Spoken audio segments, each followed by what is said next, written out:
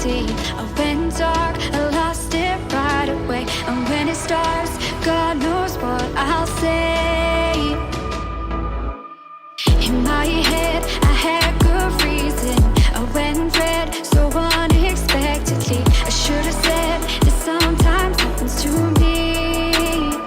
It was a moment of darkness, a moment in time that I regret for being so heartless. It was a moment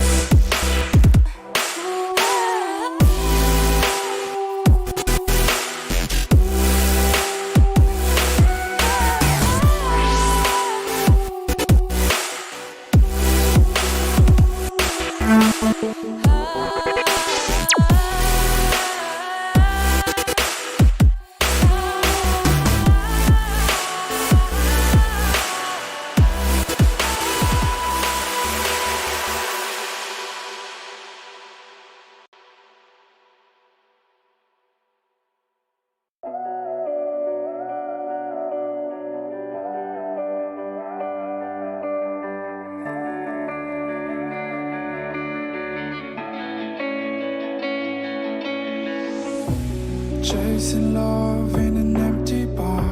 Pour a drink till I make it past. The midnight hour seems to come and go, but I know.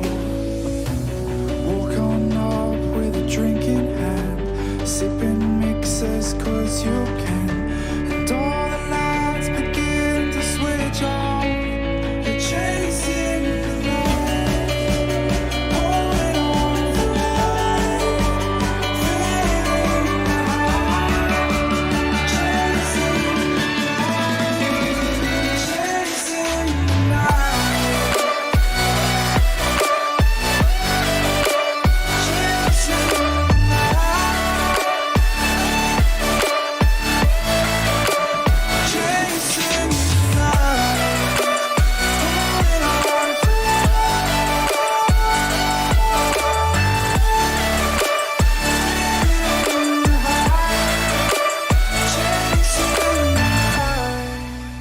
holding on for life, feeding the high, chasing the night, chasing the night. Hotel rooms and city squares, champagne bottles, drum and snare. The sights and cities seem to fall away when you stay. Locked in love for a night or two, losing sleep just to get off you. Day to day you wanna stay out. You're chasing the light, holding on for life, feeling the high, chasing the light, chasing the night, chasing the night, chasing the night, holding on for life,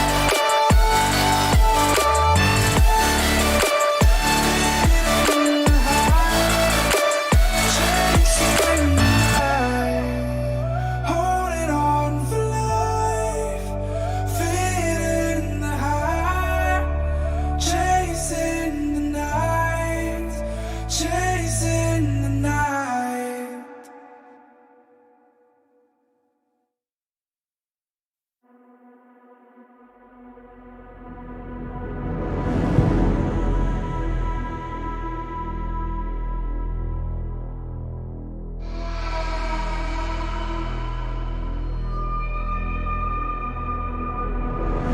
I fell apart when I saw you look at me that way. It broke my heart to see. It was a moment of darkness, a moment in time that I regret for being so heartless. It was a moment of darkness. Moment of darkness.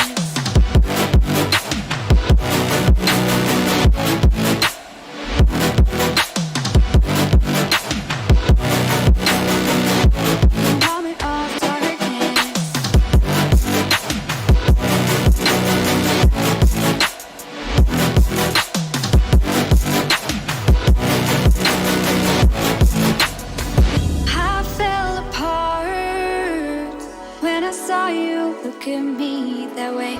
It broke my heart to see.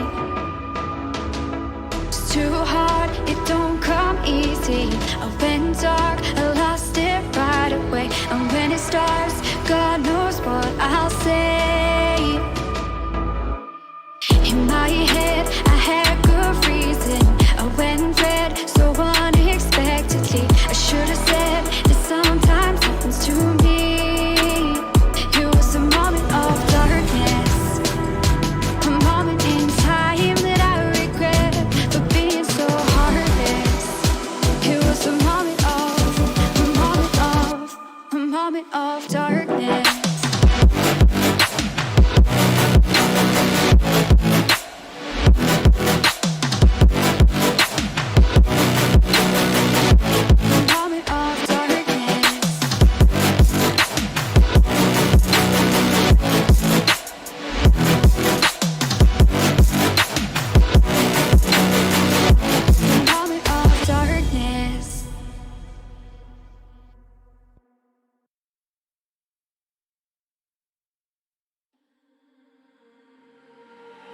We're stuck in your car on a Friday night,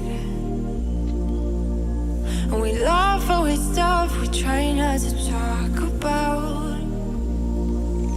Still your smile keep on heating up the climate, and all the blood to my cheeks are rushing out, yeah, yeah. And by accident, you're getting closer.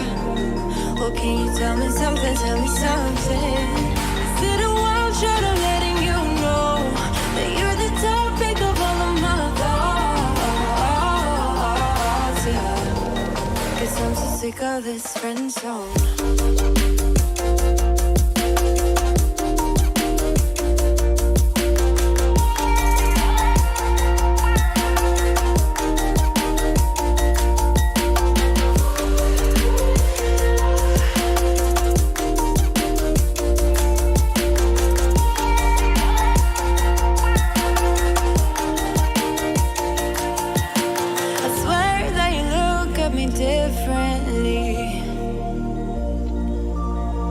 Whatever it is, it just feels so real. And your eyes keep on talking in the silence, and all the blood to my cheeks are rushing now, yeah, yeah. And I'm hoping you are getting closer. Well, can you tell me something, tell me something? Is it a wild shot of letting you know that you're the topic of all of my thoughts, yeah? Tell me something, tell me something. Well, can you tell me something, tell me something? Well, can you tell me something, tell me something? 'Cause I'm so sick of this friend zone.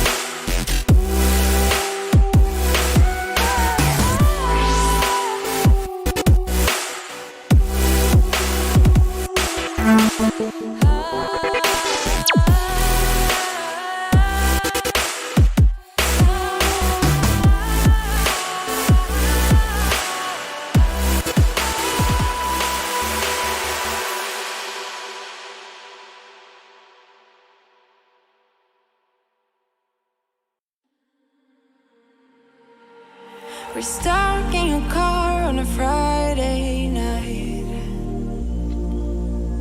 and we laugh over stuff we try not to talk about. Still your smile keep on heating up the climate, and all the blood to my cheeks are rushing out, yeah, yeah. And by accident, you're getting closer. Well, can you tell me something, tell me something? Is it a wild shot of letting you know that you're the topic of all of my thoughts, yeah? 'Cause I'm so sick of this friend zone.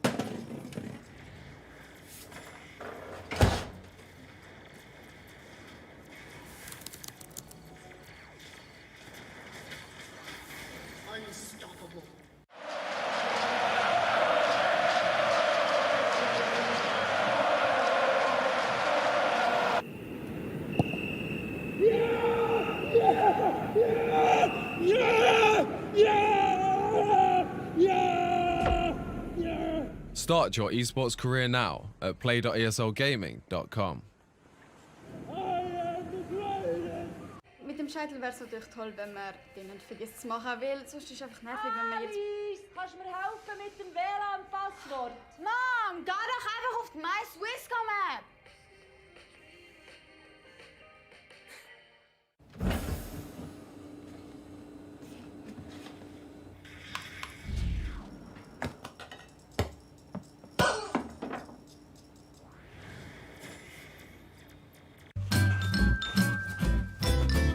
You ready? Huh? Hey, he's a good boy, huh? You ready? Huh?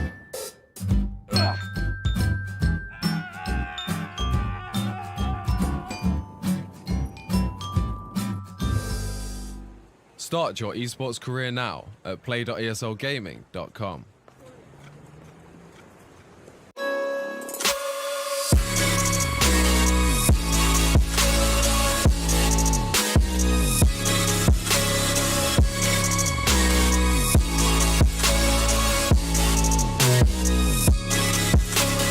You love it, you wear it.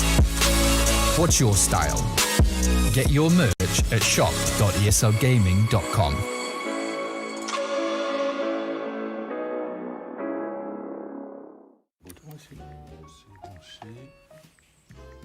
Et voilà, Internet ultra rapide. Toujours pas. Bah non. Ouais, allô? Ouais, écoutez, j'ai un souci familial. Ça marche pas. What's your style?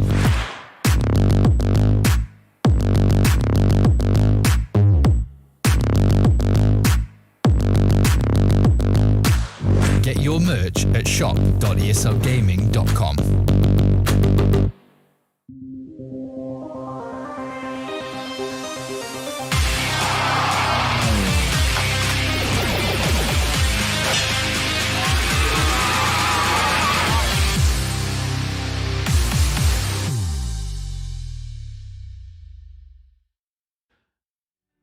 Hello everyone and welcome to another amazing evening with great Clash Royale action. With me, my dear friend Rodriguez, Luca Don Rigoni.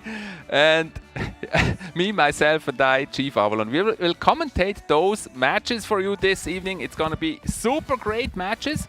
Yeah, we have some big expectations for that. What do you think about those matches today? Yeah, I mean, while the field seems pretty set already on like the whole playoff standings and whatnot, we still have quite a few hype matchups to be played out. Here are some of our favorites, I'd say, who are facing up against each other. So super interesting matches coming up tonight. We can actually have a quick sneak peek here at the lineup we got prepared for you tonight, starting out with Baumbert against Adipma, the man, the legend himself. If you haven't seen a little show reel that we've put together about him, make sure to check us out on Twitter at ESL Swiss, which is then followed by the match of Solag against Senpai Rekt. So unbeaten, still unbeaten Senpai Rekt. It's unbelievable. Yeah, and I mean, little teaser, Solag is pretty much the nemesis of Senpai Rekt. I think in the head-to-head, officially as well as unofficially, he's pretty much leading completely. I think Solag hasn't really lost a single best of 5 against Senpai Rekt as far as I can remember, at least on when it comes to events and on stream. So we might see where whether the turns have tabled there. That's going to be very interesting. And after that we have Adipa against Jesus, another amazing, great matchup here. Jesus, a very experienced player. And yeah, Adepa, I thought he's been in the league as well for all time, but actually we found out this is his first season that is actually playing. Then Dachim and Toyboy, also no strangers to the league and great players. This is actually already the last day of the regular season. After this, we're in the playoffs. Yeah, it's really flown past so quickly here. And yeah, I mean, just look at all these matches. I mean, we got to see Adipa twice here tonight. He can secure a good spot as well as a decent seeding here for his playoffs. We'll see whether Senpai Rekt will remain unbeaten this season and rank in as our second contestant ever who will go a full season without suffering a loss. What about having a quick look at the standings? Yeah, let's check it out. Let's check that. There they are. We have Senpai on top, 6.6 wins. That's crazy.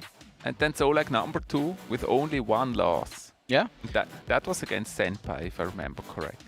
That was against Solag's loss, you mean? Yes. No, that was actually against Adipa. Ah, okay. Because Solag and Senpai Rekt are playing tonight. Ah, true that. Yeah, so far here, as you mentioned, Senpai Rekt completely unbeaten, Solag 1 loss. Jesus only losing to Senpai Rekt and Solag, so also him can like really complete that.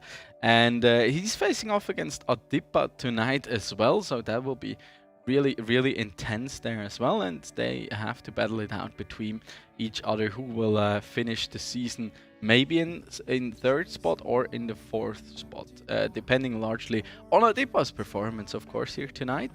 But also the duel between Dachim and Toyboy, and then Baumbert's performance can still be influential here tonight when it comes to those final standings and who will finish out in 6th place and still make it into playoffs. So how many of these players here will actually make it to the playoffs?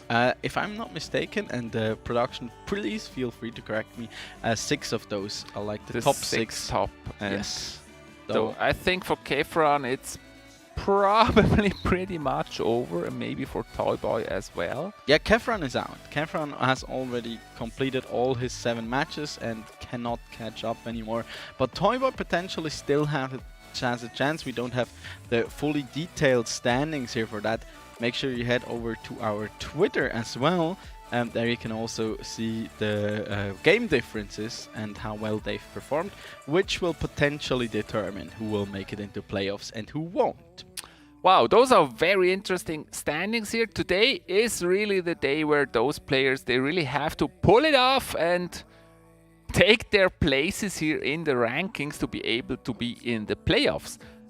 We will have the playoffs next Friday, so that's different. We will not have a stream tomorrow, but we will have the playoff stream on Friday and next Tuesday. Those 2 days will be the playoff day. So already check your calendars for that one. Yeah, make sure you join us then back then. And we're soon heading into our first matchup here between Baumbert and Adipa.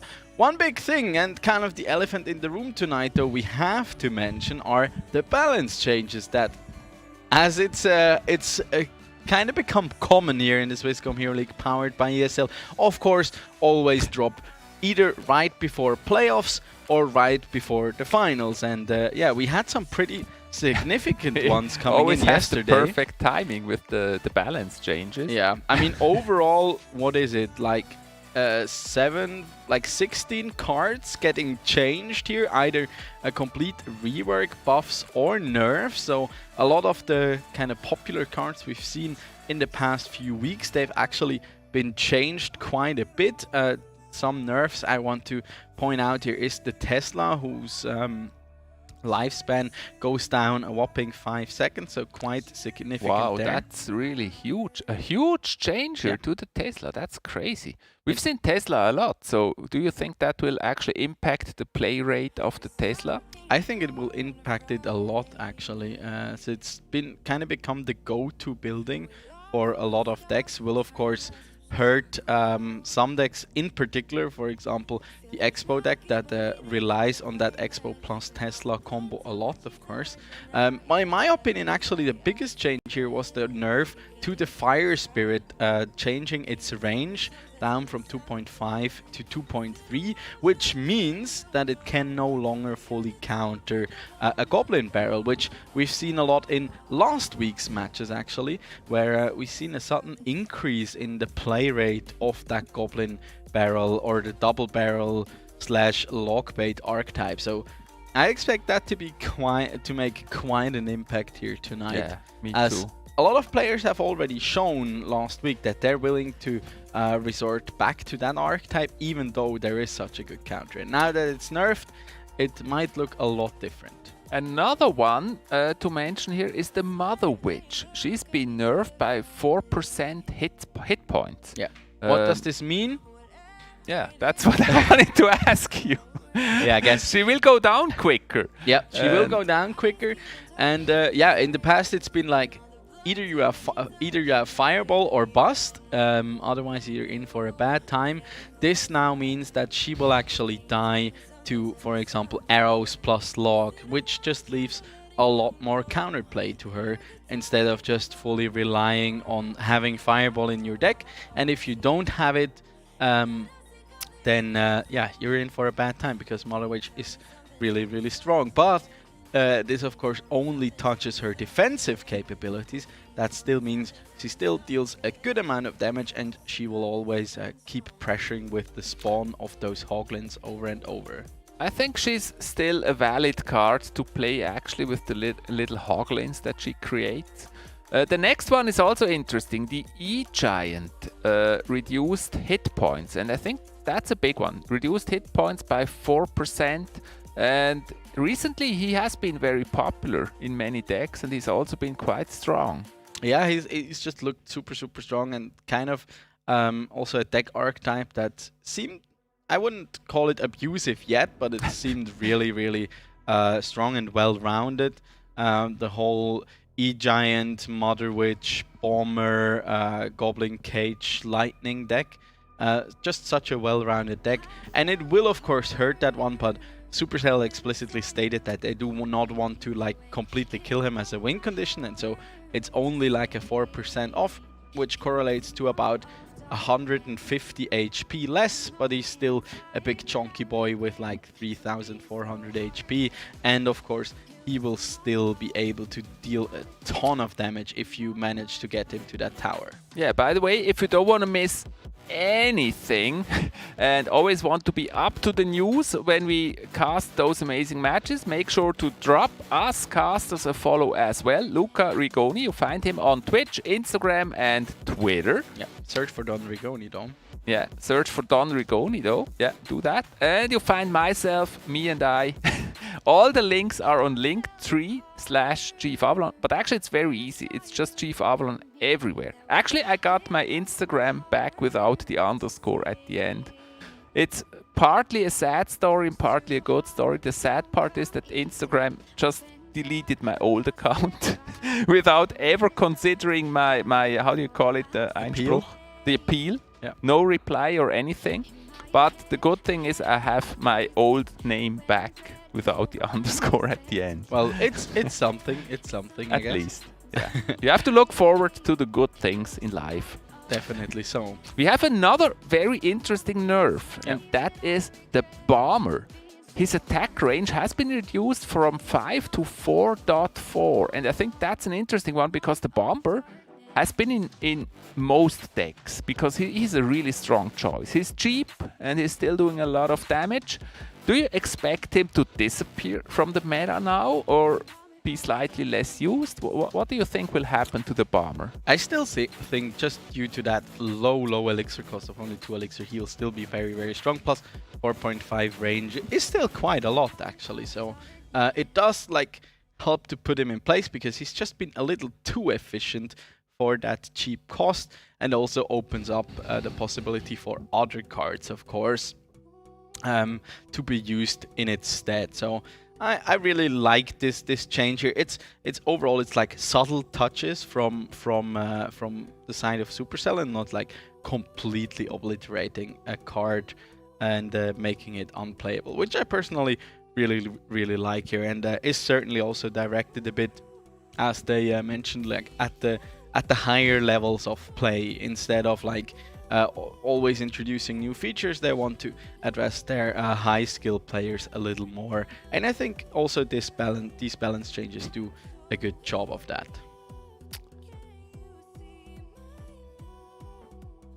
Okay. Alright, so we still have a little bit of technical delay here due to some player issue, but this of course leaves us a little more time and to follow the journey of the nerf bat here, and also to look at some buffs. Yeah, there's 2 more cards that's been nerfed. One is the Royal Giant. I have to think about the name. It's too many cards. The Royal Giant. I mean, he's slower now, 0.2 seconds slower. I feel like that one is a little bit unnecessary. There's not been so much Royal Giant action recently. Yeah. What do you think about that one? A little specifics here. He's not slower in terms of moving slower. You still have the same movement speed, but his first attack is slower, which means it just takes him a little more to start. Is it only shooting. The first one, yes, or is every attack slower? Just the first one. Okay. It's like the same change that happens to the Hunter, just as a reminder. Like there it was a change of 0.4 seconds slower of a first hit speed, and that essentially killed the card in my opinion. In the case of Royal Giant here, it's 0.2 seconds slower, so only half the amount, but in my honest opinion, that will hit Royal Giant really hard, because especially on like high level play, players were already really good at making sure the Royal Giant does not get a hit off, and just these small individual hits, even if it just was 1 or even 2 at times, made a big difference on that level. And now it's just easier to like push him back with like a log or bait him around, or and you have more time to like counter him and make sure there's not a single shot that will land on your tower. And yeah, this overall means that because with those 0.2 seconds, of course, every subsequent hit will also be delayed by 0.2 seconds. Yeah, so I'm not so happy with that one, especially also because I liked to play him. Yeah, and actually, I mean, he wasn't like abusive or anything. No. He was a solid win condition. He was certainly strong. But like you could play around him. He had kind of a skill that one cap feels as well. Unnecessary. By the way, fun fact, I think the Hog Rider is still the only card that never got nerfed. I'm not sure it's still true actually, but I think I can't remember the Hog Rider ever being nerfed. I'd have to look it up. It's a good question. And which leads to the question, I feel like actually they're like building all those buffs and nerfs around the Hog Rider. That's like the Supercell conspiracy here. You heard it here the first. That's balance Swisscom Hero changes League. conspiracy. We have another one. Yeah, the last one on the nerf side at least. The goblin drill Yeah. has one less goblin. I think that's not really worth to mention. I don't think it makes a huge difference actually. Well, I think in terms of damage it certainly does. I mean, the death, it's one less goblin, not in the overall spawns, but when it dies, like when the goblin drill dies, there's only two goblins now spawning instead of 3. Makes it a lot less punishing, for example, if you cannot afford to defend it, for example, if you're investing into a big push. Just that one goblin less will actually mean you only take 2/3 of the damage you'd take before, of course. And yeah, just gives you a little more breathing room when you go up against the goblin drill, because fun fact, it actually, of all the cards in Clash Royale in August, it actually had the highest win rate with about 58%. So yeah, it just makes a lot of sense. Yeah, it's because it makes a lot of adjust it a damage little if bit. you're not able to handle it. Yep. But enough of those nerfs. Let's get to the buffs. Let's get to But the first buffs we have indeed. some. Oh, it just disappeared. It's fine. Is it true now or not? No, it's 6 minutes. We Ah, have 6 more okay. 6 minutes left until we will have to decide on a def win. We've been informed here by production. So let's get to the buff. Some interesting stuff happening there. For me, the most interesting one here that I want to mention first is the Royal Hawks. The Royal Hawks have been increased in damage by 6%. Yeah. And I feel like they have already been in a strong place. Yeah, I and totally agree. That makes them even stronger. Yeah, that just makes it a very, very powerful win condition. Now, reminder, it's already one of the cheapest win conditions you can run, besides like the Hog Rider. And yeah, I mean, we've seen it in the past weeks that it's just been performing super well overall. And yeah, they're pesky to deal with, and now that they actually deal even more damage, it's a lot more punishing, for example, if you cannot afford to defend them. So this like encourages a lot. It's a little counterintuitive maybe to also the Mother Witch changes, because it encourages you even more to be running that fireball, or now helps now it also makes a lot more sense to run one of our other buffed cards here. I think that may actually benefit players like Senpai, who played the Royal Hawks already a lot. Now may play them even more. Yeah. Then we have some other interesting.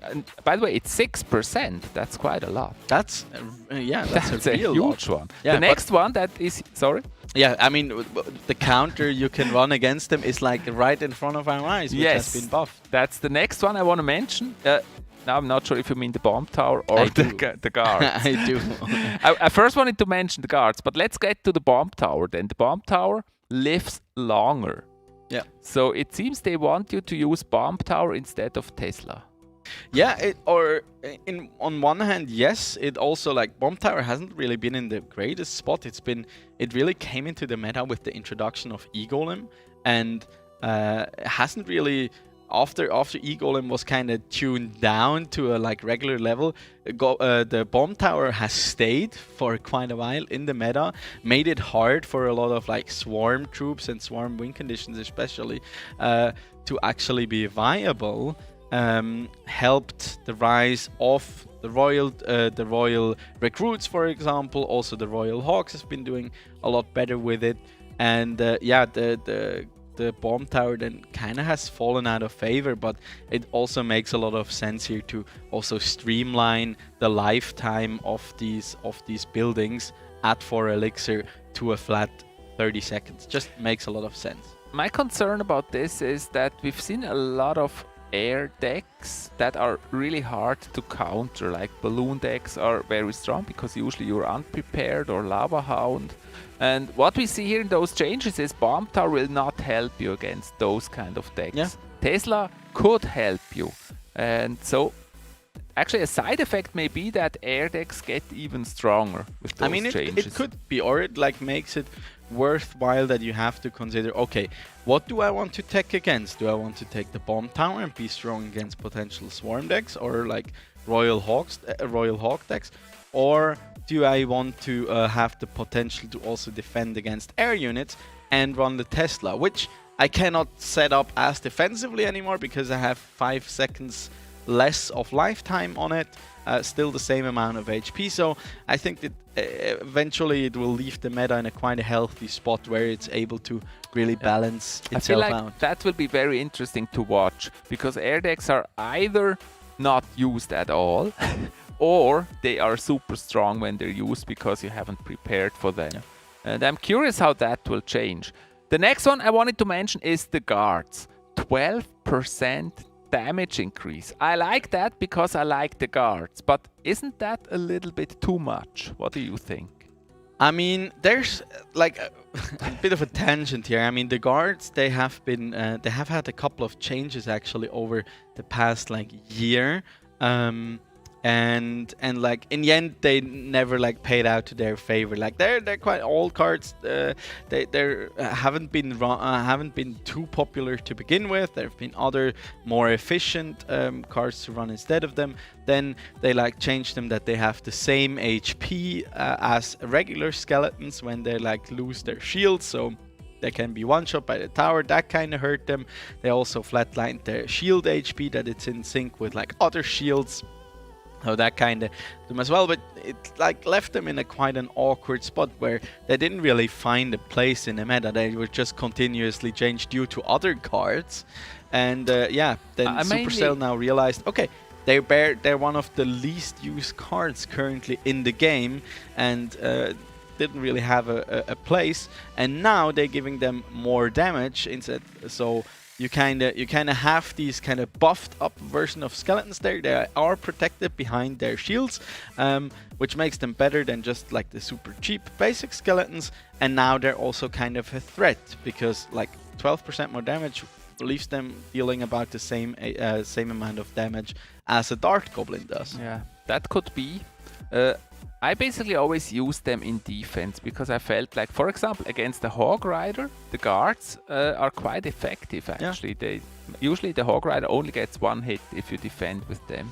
So I mean, they are technically a good card, and as I say that, we have confirmation here that unfortunately the first match of the night has to be forfeited here by Baumbert, who unfortunately could not show up for night. I hope everything is alright with him, but this will mean that we award a death win here to Adipa. So the question is, what will that change here on our current standings? Maybe we can see that a little bit later. Yeah, I think Adipa ties the score here with Jesus, and that means the match between them will actually determine who will finish out the season in 3rd place and who will be in 4th place. But they're qualified anyway, so it doesn't really matter that much anymore. They can anymore. They can play quite relaxed here today. But I think they'll still give us a good show. So production, please let us know. We will probably show the next match instead as soon as the players are ready. Yeah. But until then, I guess we can quickly go back to the balance changes as well. So, or do we take the break first? I think we take a little break first, and then we go to the buffs, to the rest of the buffs. And there have also been some reworks of cards. Yeah. I'm really curious about those. What do you think about those? So we'll be right back after break. Don't leave us yet. And see you.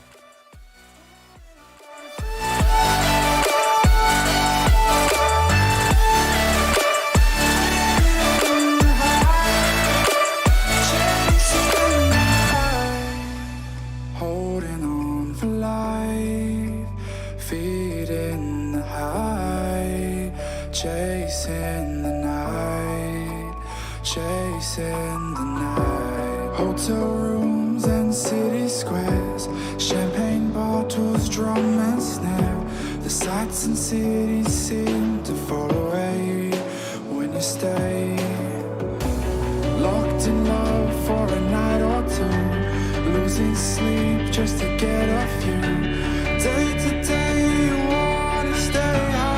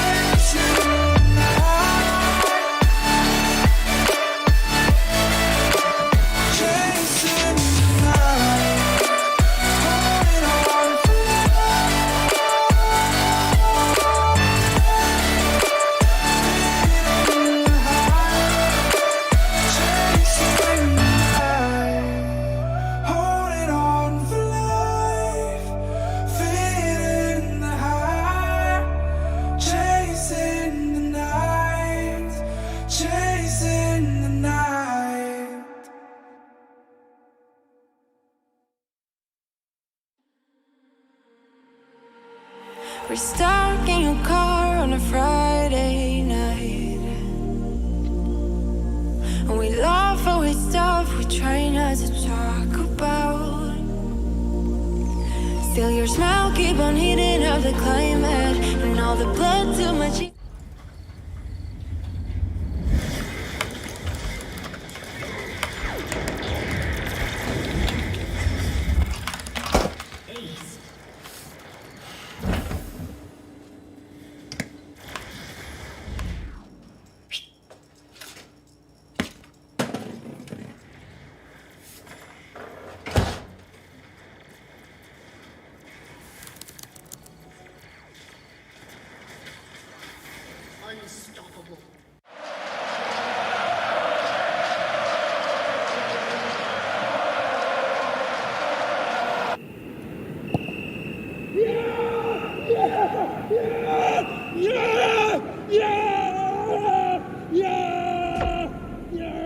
Start your esports career now at play.eslgaming.com.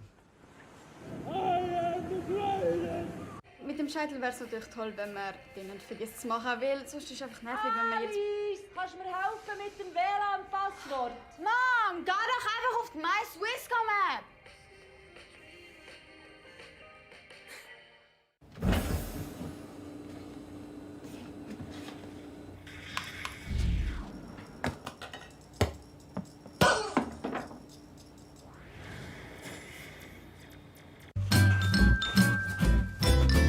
You ready? Huh? Hey, he's a good boy, huh? You ready? Huh?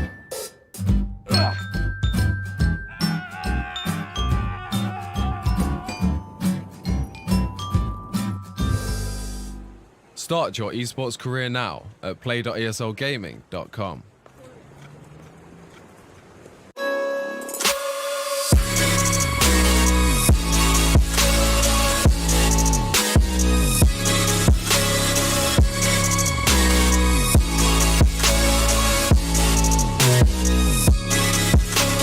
You love it, you wear it. What's your style? Get your merch at shop.eslgaming.com.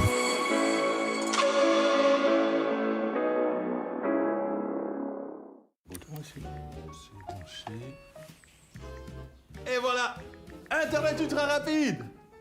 Toujours pas. Bah non. Ouais, allô?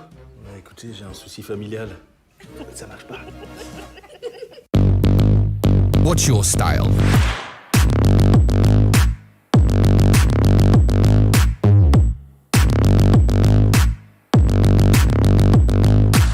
Get your merch at shop.eslgaming.com.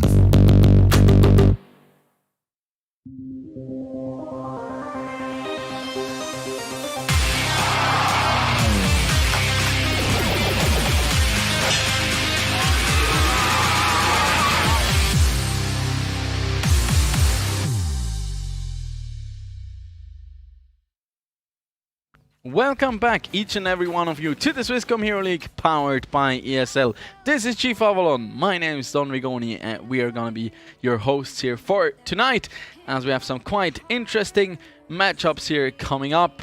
I hope this one will take place, as we just had a small def win here for Adipa, but this only makes the standings a lot more intense, as now Jesus and Adipa are tied up in scores, and they will be facing off against each other later here tonight. But for the moment, we have a big match coming up. Yeah, we're gonna see Solak against Senpyrect. Senpyrect still the undefeated player in this season. Former 5 times heavyweight champion in the ESL Swiss. Well, technically 4 times. Why 4 times? Because you only won 4 times, but through that. The 5th time he actually didn't win, yeah, but 4 times heavyweight champion in ESL Swiss, and yeah, trying to get his belt this time again. And against Solak. Yeah, absolutely. Solak, the current ruling heavyweight champion in the ESL Swiss. You can like compare them to, I don't know, Floyd Mayweather and Solak Tyson and Senpai, I don't know, Mayweather. Yeah, yeah. Or probably the other way around, because like Senpyrect has been like in business for a lot longer, or rather here in the Swisscom Hero League. Yeah, and I know. has quite the legacy, but was just dethroned last season by said Solag, and he's kind of the kryptonite here for Senparect. And we're gonna first have a look here at the bans that both of these players chose. Senparect here banning out the Miner, and Solag targeting that Lava Hound. Makes a lot of sense here in my opinion. Senparect has shown a great favor for Lava Hound in the past. Also kind of limits the pool here for strong air choices, and Senparect's like here, Senparect's ban here just indicates that he does not want to go up against heavy miner control decks in this case, probably, and also could allude to rising potential popularity of said minor poison control decks, which I think is just a great segue to go back to our balance changes here that we just teased on. Also a little bit our concerns that we had when looking at those balance changes, that air decks may be strong, and that's why Solag definitely doesn't want to play against air and bans that Lava Hound here. Yeah. Making sure that he can, for example, play the newly buffed Bomb Tower. Yep. By banning the Lava Hound. Of course, here banning out the poison also makes a lot of sense, as that one just got, in my opinion, an immense buff here, because now it does not only deal damage over time, but it also slows the speed of enemy units. Only the movement speed though, not their attack speed, but that's a pretty huge buff in my opinion, because it was kind of outphased by Fireball in a lot of cases, where people would just, even in like graveyard decks, they would just run Fireball because it was like you had the pushback, you had a lot of damage, and it was like instant instead of over time. Speaking of graveyard, I feel like that poison buff may actually bring back more graveyard poison decks. We've seen a few, but not so many, and I feel like this change here may encourage players to use graveyard even more. I mean, on this skill level here, we have another interesting one here on the list, and that is the Skelly Hut. The Tombstone. Skelly Hut. Yeah, it's technically a Skelly Hut. It's just underground. Has one more Skelly in it. Yeah, I mean, this change, I don't know. Actually, I'm not sure what I think about this one. How many Skellies is it now? 4. 4. Yeah, that's already like. I mean, it's technically on the death damage. It's like a 20. It's like a 30% buff, but it's like it's one single skeleton. It's still, they all die to like a log, and it's probably the most insignificant buff that we have on the list here.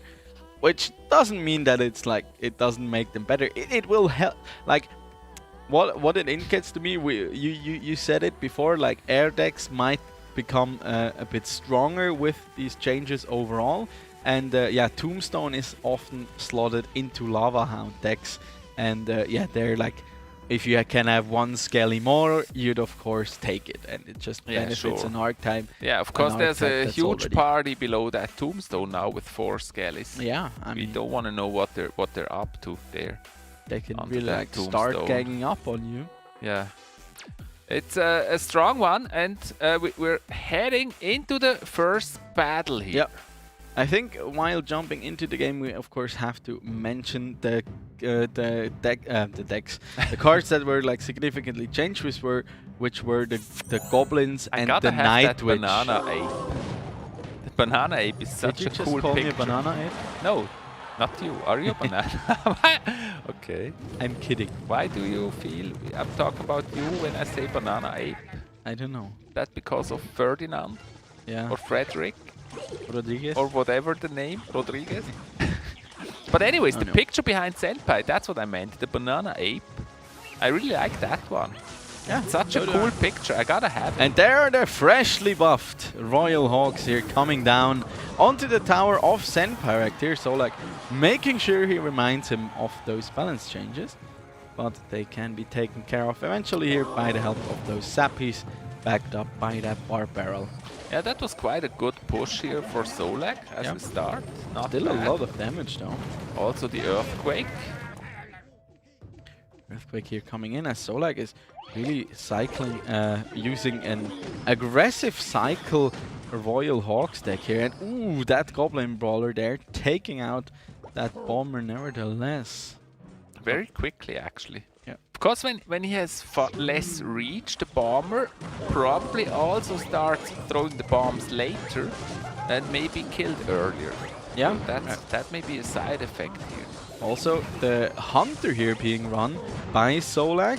Brought that one in the past, but now it's actually also been buffed, or rather, the nerf that it's received in the past has been halved. So that was actually good interaction there. Do you see that? The barb barrel actually destroyed the Hunter. Yeah. Together with the tower. Yeah. Managed to take him down. Damage lead now in favor of Zenpyrect here. And even though Solag has some decent answer here, it will not be easy for him to push through with his cheap cycle here. There's also a fireball raining down. And now the Royal Hawks do come in, as Solag pretty much has to throw everything at the kitchen sink at those piggies in order to defend them. So basically Solag is playing all the buffed cards here with the Hunter. Yeah, the it just does a show off here. And but it's of really course, strong. Now that we're deep into double elixir time here already, I think Zenpyrect should have the edge for this one, because he does have the fireball, can A, chip away at the opponent tower, and B, take out these Royal Hawks quite decently well here. And there it comes down. Oh, there's the good game thrown out. That fireball was a complete whiff there on the side of Zenpyrect. That was a little Chief Pat fireball there. Yeah, that one was maybe some slippery fingers. I'm actually not sure players nowadays still remember Chief Pat. It's been quite a while. It's become an old school meme here as Zenpyrect needs a sip of water there and goes down 0-1. The first point for Solag, showing really strong Royal Hawks there. And maybe he adapted a little bit quicker to those balance changes. We'll see. What do you think? How does Zenpai have to react to that one?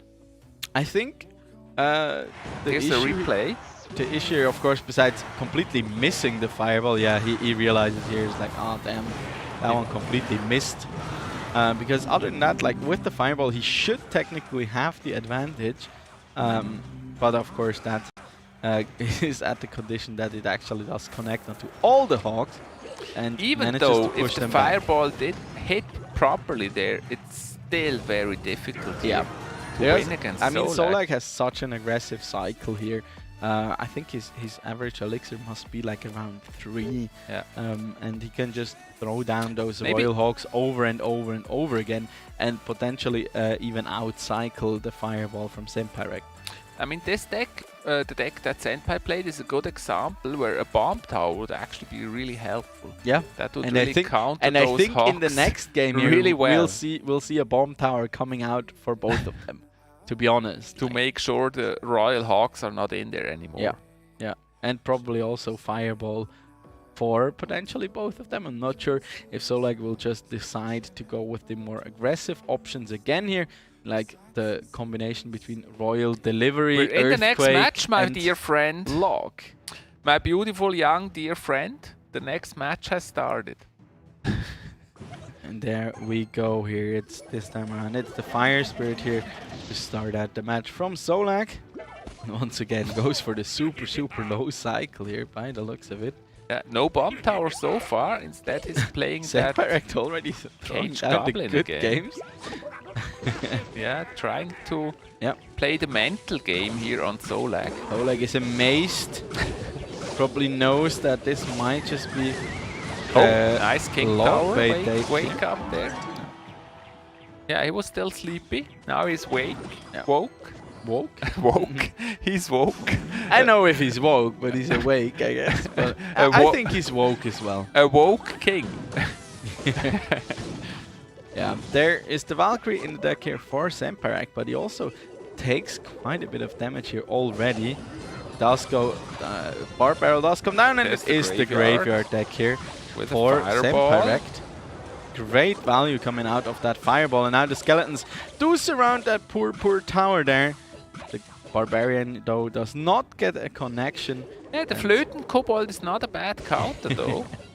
Yeah, but this means that this time around there's no Bar Barrel in cycle here. Good Goblin Cage, though, to stop quite a bit of that damage. I mean, Solag is again in the lead here, just to mention. I feel like Senpai wants to keep his 0 loss streak. Yeah, he'll certainly try his best here. Nice but he does.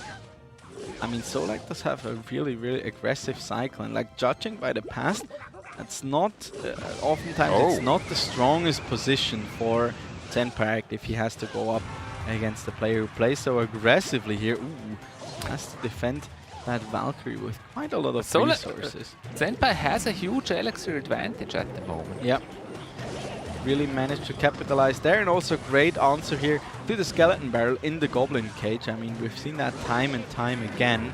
As there's the bomb tower, just to make sure. Our little friend. Maybe that was why Senpai threw out the good game there earlier. Ooh, defensive fireball has to come out here, but the Dart Goblin does get taken out here, and the baby dragon there stays alive. Bomb tower is actually also a good defense against the graveyard if it's placed that close. Yeah, it's really not bad here. But Senpai, as we enter, as we already are in double elixir time and are approaching triple elixir time, will have quite a bit of an advantage here, I think, personally, because his deck is really centered around a lot of defensibility here. Does have the continuous answers here against the Goblin Barrel with the Bar Barrel, and yeah, I think Solag at this point has to rely a lot on his Dart Goblin. The double barrel really doesn't land here because Senpai is able to defend so well.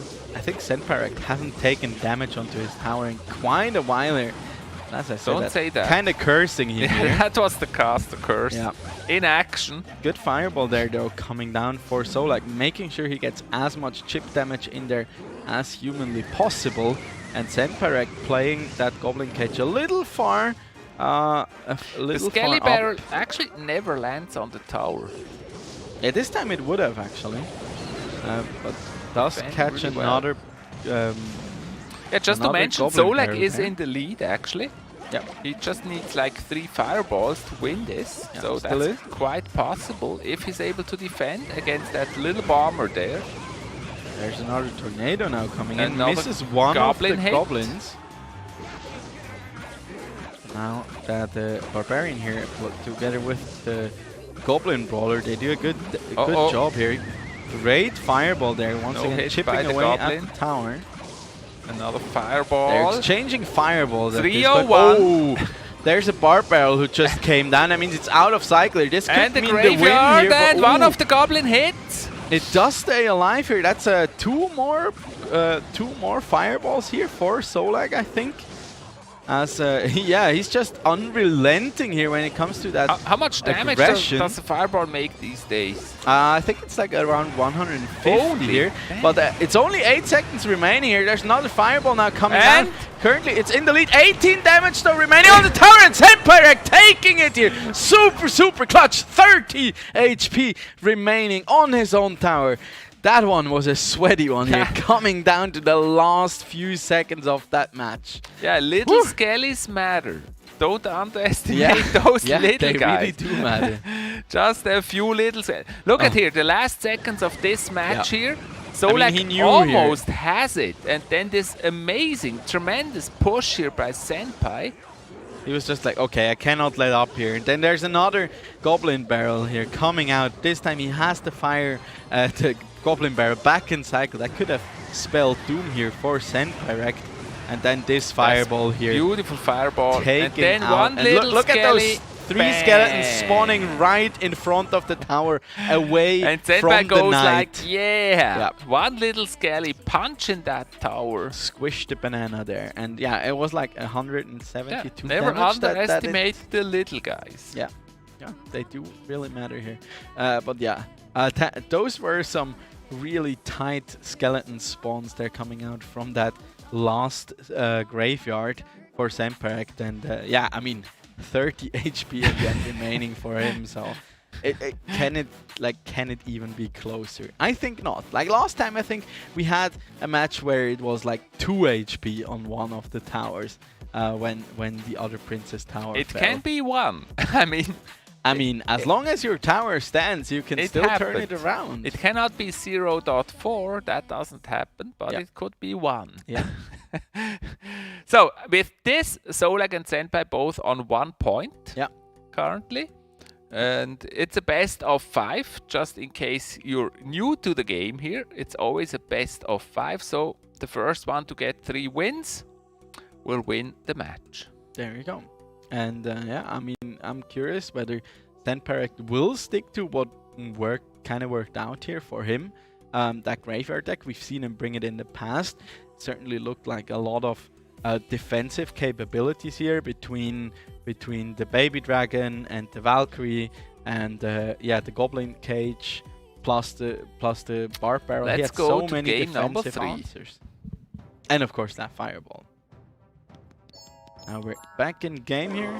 Currently 1-1 here. So like already cycling that first log onto his opponent's tower here. As there's an Electro Spirit now coming out. So both The of them Fisherman. actually running the... Is that still Which one does pull? Is that still your favorite card? Still like it a lot here. Oh, what was it? The one that is in the arena first does the pull, right? Yeah, exactly. That was interesting there. That snowball, which by the way was also buffed, has a bigger knockback range now. There's the balloon. There's the Mega Knight here coming The down. one time that Solag has no building, Senpai predicts it and plays Does the he get balloon. the hit though? He does actually, thanks to this potentially of the slow of that Fisherman here, and the Death Bomb takes out these skeletons. Very painful here for Solag. He does not have a building this time to defend against the balloon. Also Solag here running the freshly nerfed you Royal can see Giant. his running his fingers through his hair, thinking, trying to figure out what to do. It's a difficult matchup here for Solag against the balloon. I mean, Senpai, he knows here he has a good chance here to take this. I mean, he only has bats and not Hunter quite splashing onto to go it. against Oh, that's balloon. a great fireball there, taking out. Oh, that will actually get the jump here. Plus, there also the snowball landing such a course of action here, as I feel it like is pulled away and no defense against Solag that Mega Knight. He cannot counter this one. He I mean, only has bats and Hunter. Yeah, he theoretically could, but Senpai just doing such a great job here of just playing around these potential There's counters. the As next there's balloon. the balloon there coming down in the opposite lane, and I really like it here. Both of these players actually bringing the Hunter into their deck once again. I mean, it's been the most popular cards pretty much before its nerf, which obliterated it a bit. And there we can also see an interaction that is now possible. The Hunter actually There's the gets next to Royal retaliate Giant. against a Fisherman instead of just completely getting nullified. There's another Mega Knight now in the arena That was here for actually Senpai. a pretty good Royal Giant. Yeah, I got a think lot the of balloon damage in the but in the look right at this lane. push now. The balloon in the right lane, there's I the feel jump. like that was just a distraction actually, because Senpai knew that he could use Hunter to destroy that balloon, and that's what he did. Tower down here, death damage onto those. No, he's bats. pulling the Skelly. Yeah. No! Does not get the push. That's the second hit here unfortunate. could mean it. Fireball. There's the fireball, which, oh my gosh, not quite.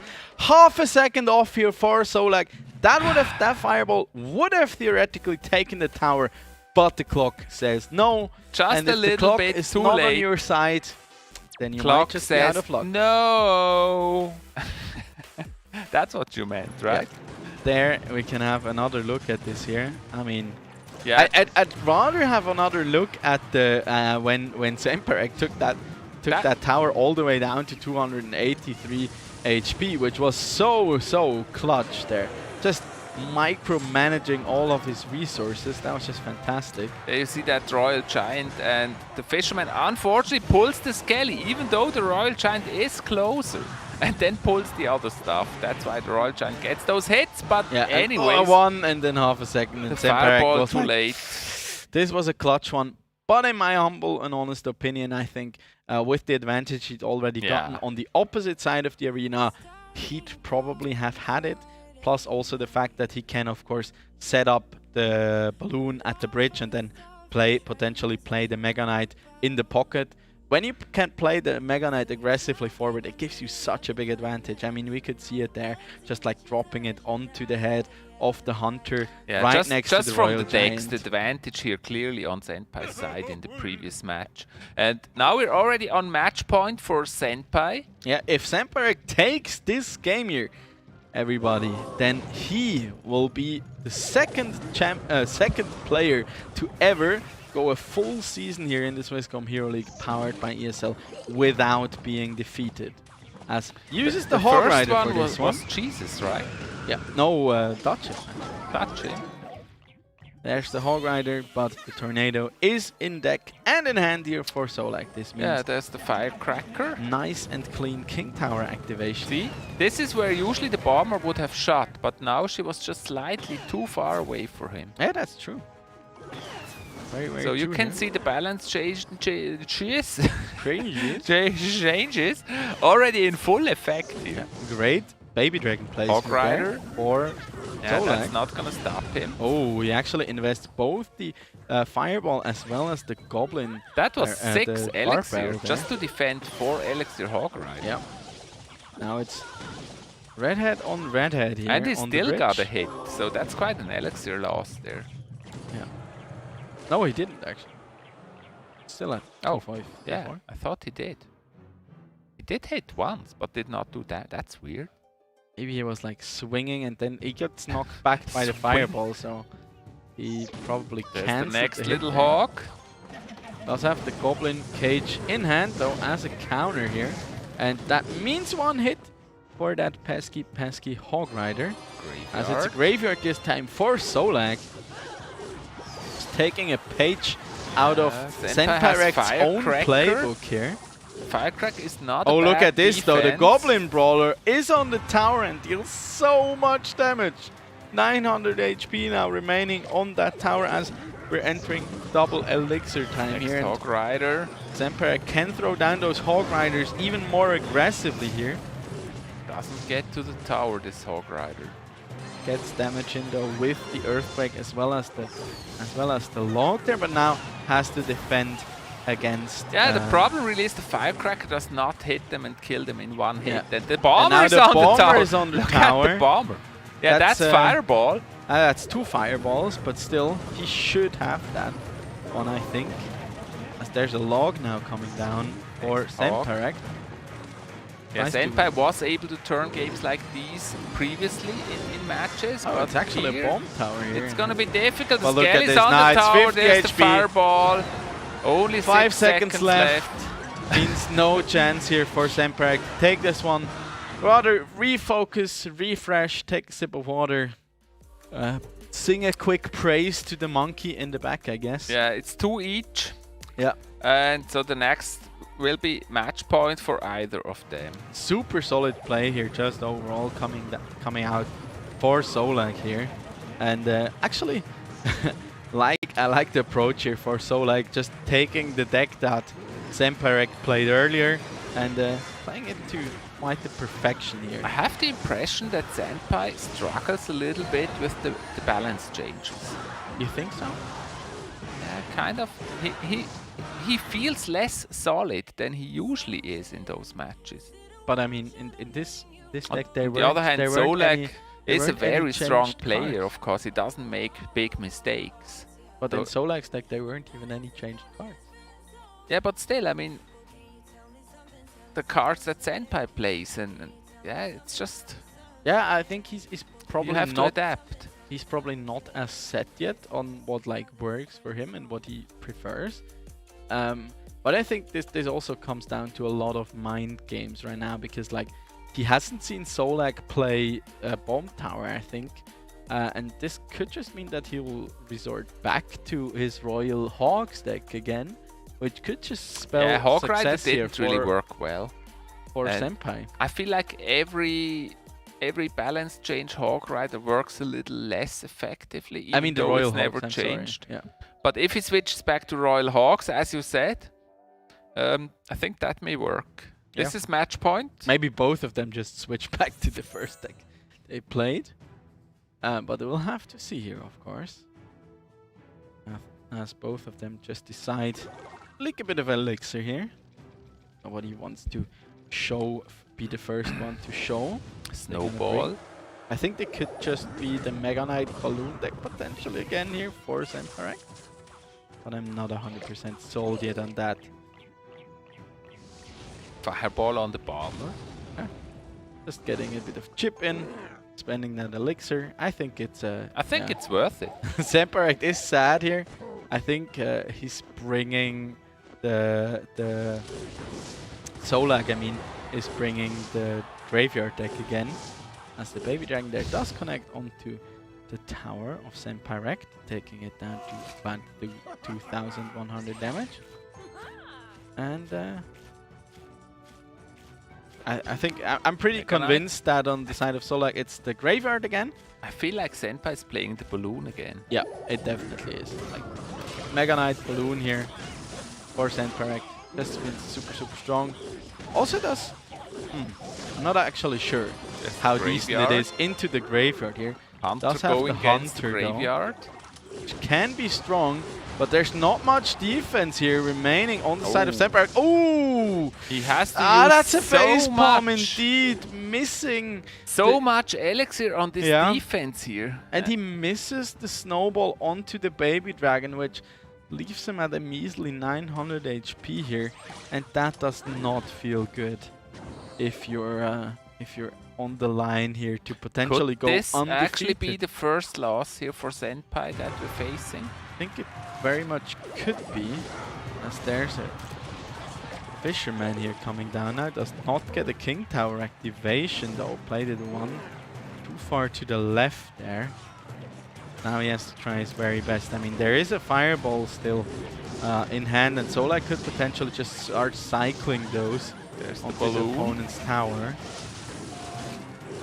Once again here, I mean, there is Tornado in hand for Solak here, and he does pull going to the King Tower. Yeah, I think this might just be done deal here for Solak. Zemparek giving the good game there. Tries to use the snowball, but this is 15 seconds remaining. He looks like he's given up at this point, and once again here, Solak appears to be proving to be the nemesis and the kryptonite, the legend that is Zemparek, taking him out 3-2 here and ending his undefeated streak here in Season 6 of the Swisscom Hero League, powered by ESL. Yeah, that was really well played here by Solak. It was kind of a rock, scissors, paper situation where Senpai could not really do much here with his balloon because Solak has so many defensive cards. Yeah. Solak actually turned into a green screen here. he disappeared at the end of the match. He was so shocked that he won this one. Probably already celebrating. Yeah. And that tornado there was just brilliant, pulling that balloon away. I mean, that was just like the nail in the coffin. He didn't need that. He could have absolutely let the balloon connect and would have still easily won this. Yeah. I think here, big MVP goes to like the Baby Dragon, but it of course also leaves a bit of a bitter aftertaste in your mouth when you're Zemparek, especially with that failed snowball there on defense. This could have saved them probably around like 5 or even 600 HP on his tower, and meant that he could have just stayed in the match for longer and then potentially be looking at a more more compact counter push. It's a 3-2. I mean, that is not bad. It's a very close match still. I just felt like Senpai, he doesn't feel comfortable yet with all those changes, and I don't know, maybe in his deck composition he wasn't so sure what to put in there. And Solak felt much more safe here already. I mean, he did bring a lot of the decks that we've seen him play in the past, and that worked a lot for him.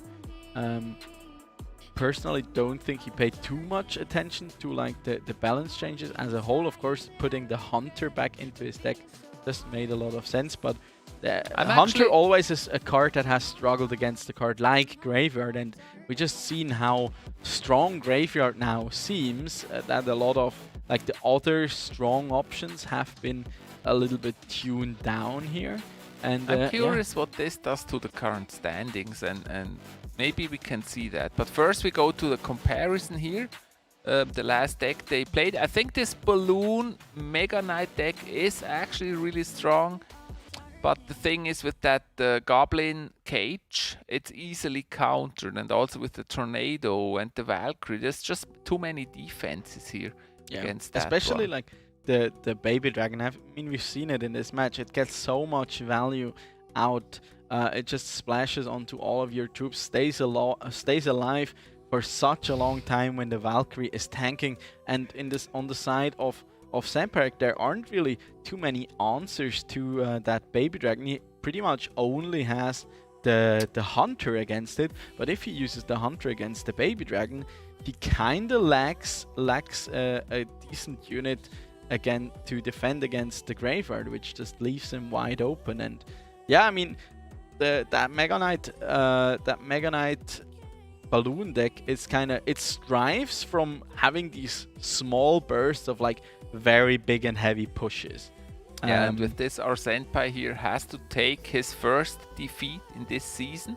Yep. But I imagine that will only make him stronger for the playoffs and get him even more prepared for the playoffs. Yeah, I mean, this has been his only loss this season, and it is a 3-2 here. I'm not sure. We'll have to see a look. We'll have to take a look later at the individual performances across the season from Solak and Senparek in order to determine. Or I'm actually not sure. This just might leave Solak in first place here because he won the head-to-head. But we'll have to have a look at that at a later point. Certainly make sure to check us out on social media at ESL Swiss as well as Swisscom_gaming if you want to have a closer look at those standings once we got them ready and updated for you. Yes, we'll show them as soon as they're ready. And we're heading into the next match very soon and getting prepared for that one. So that was an impressive match here. I think Solak played it very stable. Senpai still has to find his calm here in the new meta, new setting. That's the impression I got. Anyways, the next match is already on screen. It's gonna be Adepa against Jesus. And that promises to be a very entertaining and great level match here. Yeah. We're always very entertained by Adepa, so looking forward to that one. Maybe he brings the sunglasses, maybe he brings iced tea. Yeah, we'll I mean, see. we just had the match for the first spot in the league here after our last day here of the regular season. This one will be the match where they battle it out for third place. Who will get third place in the league? So whoever will take this one will most likely end up in third place here of Season 6 in the Swisscom Hero League. But for more of that, see you after the break.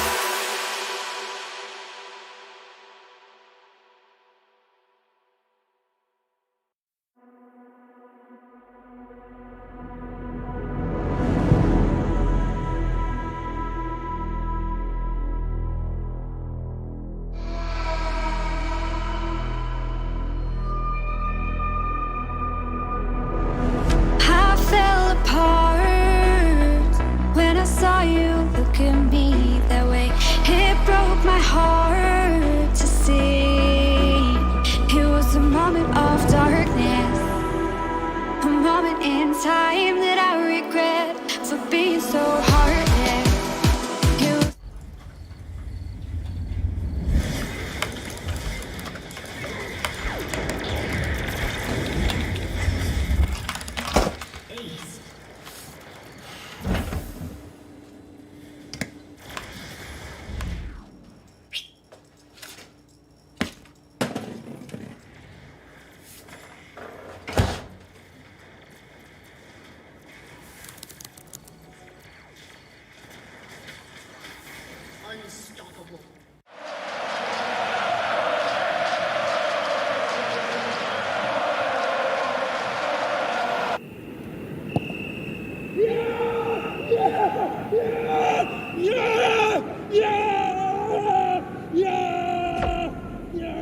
Start your esports career now at play.eslgaming.com. Mit dem Scheitel wäre es natürlich toll, wenn man den nicht vergisst zu machen, weil sonst ist es einfach nervig, wenn man jetzt... Alice, kannst du mir helfen mit dem WLAN-Passwort? Mom, geh doch einfach auf die My Swisscom App.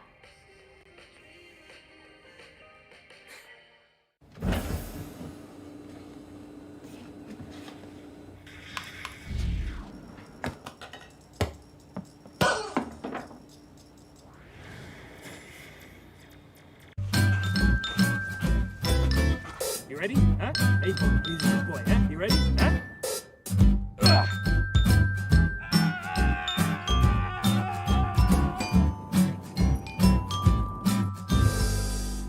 Start your esports career now at play.eslgaming.com.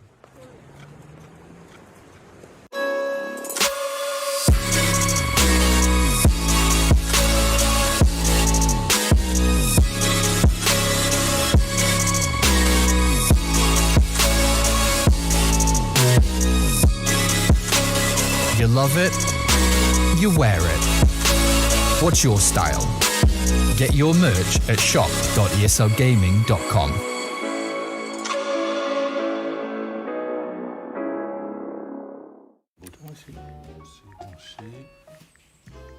Et voilà, Internet ultra rapide. Toujours pas. Ah non. Ouais, allô? Ouais, écoutez, j'ai un souci familial. Ça marche pas. What's your style?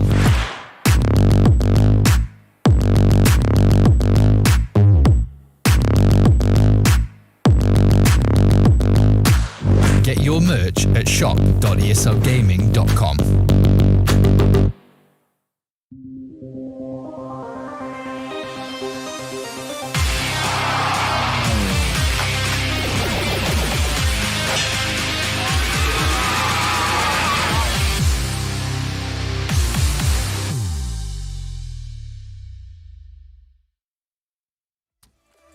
Welcome back. What is this cable doing here? You're a little tangled up there, my Yeah, friend. thanks. So, the cable. Getting strangled by the cable. It's just the cable this time around. So, welcome back to round number 3 in the Swisscom Hero League, powered by ESL. Last day of the regular season before we get to the playoffs. Ready for the next match, Adipa against Jesus. What do we expect of this one? When you look at the camera that way, it actually looks like you're like half blind and trying to read whatever it says in front of there. I'm trying not to get strangled by the cable. I mean, some would call it a loss. No. Others. I think everybody would. Be nice. You should really have a space for love and friendliness in your life. Yeah, well. Would make it better. It's a little one. So I asked you something actually. Yeah, I'm quite looking forward to this matchup here because like, I mean, Jesus, he's like one of our 3 longest standing members, I think, at this point in the Swisscom Hero League. Struggling. Together with Senparect and Dutchim, he's been in the league ever since Season 1. Whereas Adipa just joined the league, but he's actually been looking fantastic here, just taking down Solag last week, and now he's up against Jesus here, banning out the cannon card, as we can see here, and Jesus deciding to ban away the Mega Knight. It's not a bad ban, actually, with the cannon card. Yeah. Cannon card is very versatile. We've seen it a lot. In many decks we've seen it recently, and it's really strong. And also the Mega Knight, I think we've seen it already with Senpai here. It's a card of choice at the moment. It seems to be quite strong. The question is here, why does Jesus ban the Mega Knight? What does he plan to play? And I would assume it's the Royal Hawks once again. Yeah, probably Royal Hawks together with the Three Musketeers, like the archetype that we've seen him bring in the past, and he's been the only one who ran that particular heavier version of the Royal Hawks to decent success, actually. He's looked quite strong on it. And yeah, Mega Knight just is a fantastic answer to it, because he can make quick work of those musketeers, plus of course also the little poor piggies. Could be an indication for this kind of deck. Could also mean that he just desperately does not want to go up against any balloon Mega Knight shenanigans. On the other hand, on the side of Adipa, I'm not quite sure what to read into that cannon card ban. Could also actually mean that he's... Look at your picture there. It looks like you're wearing a funny red hat.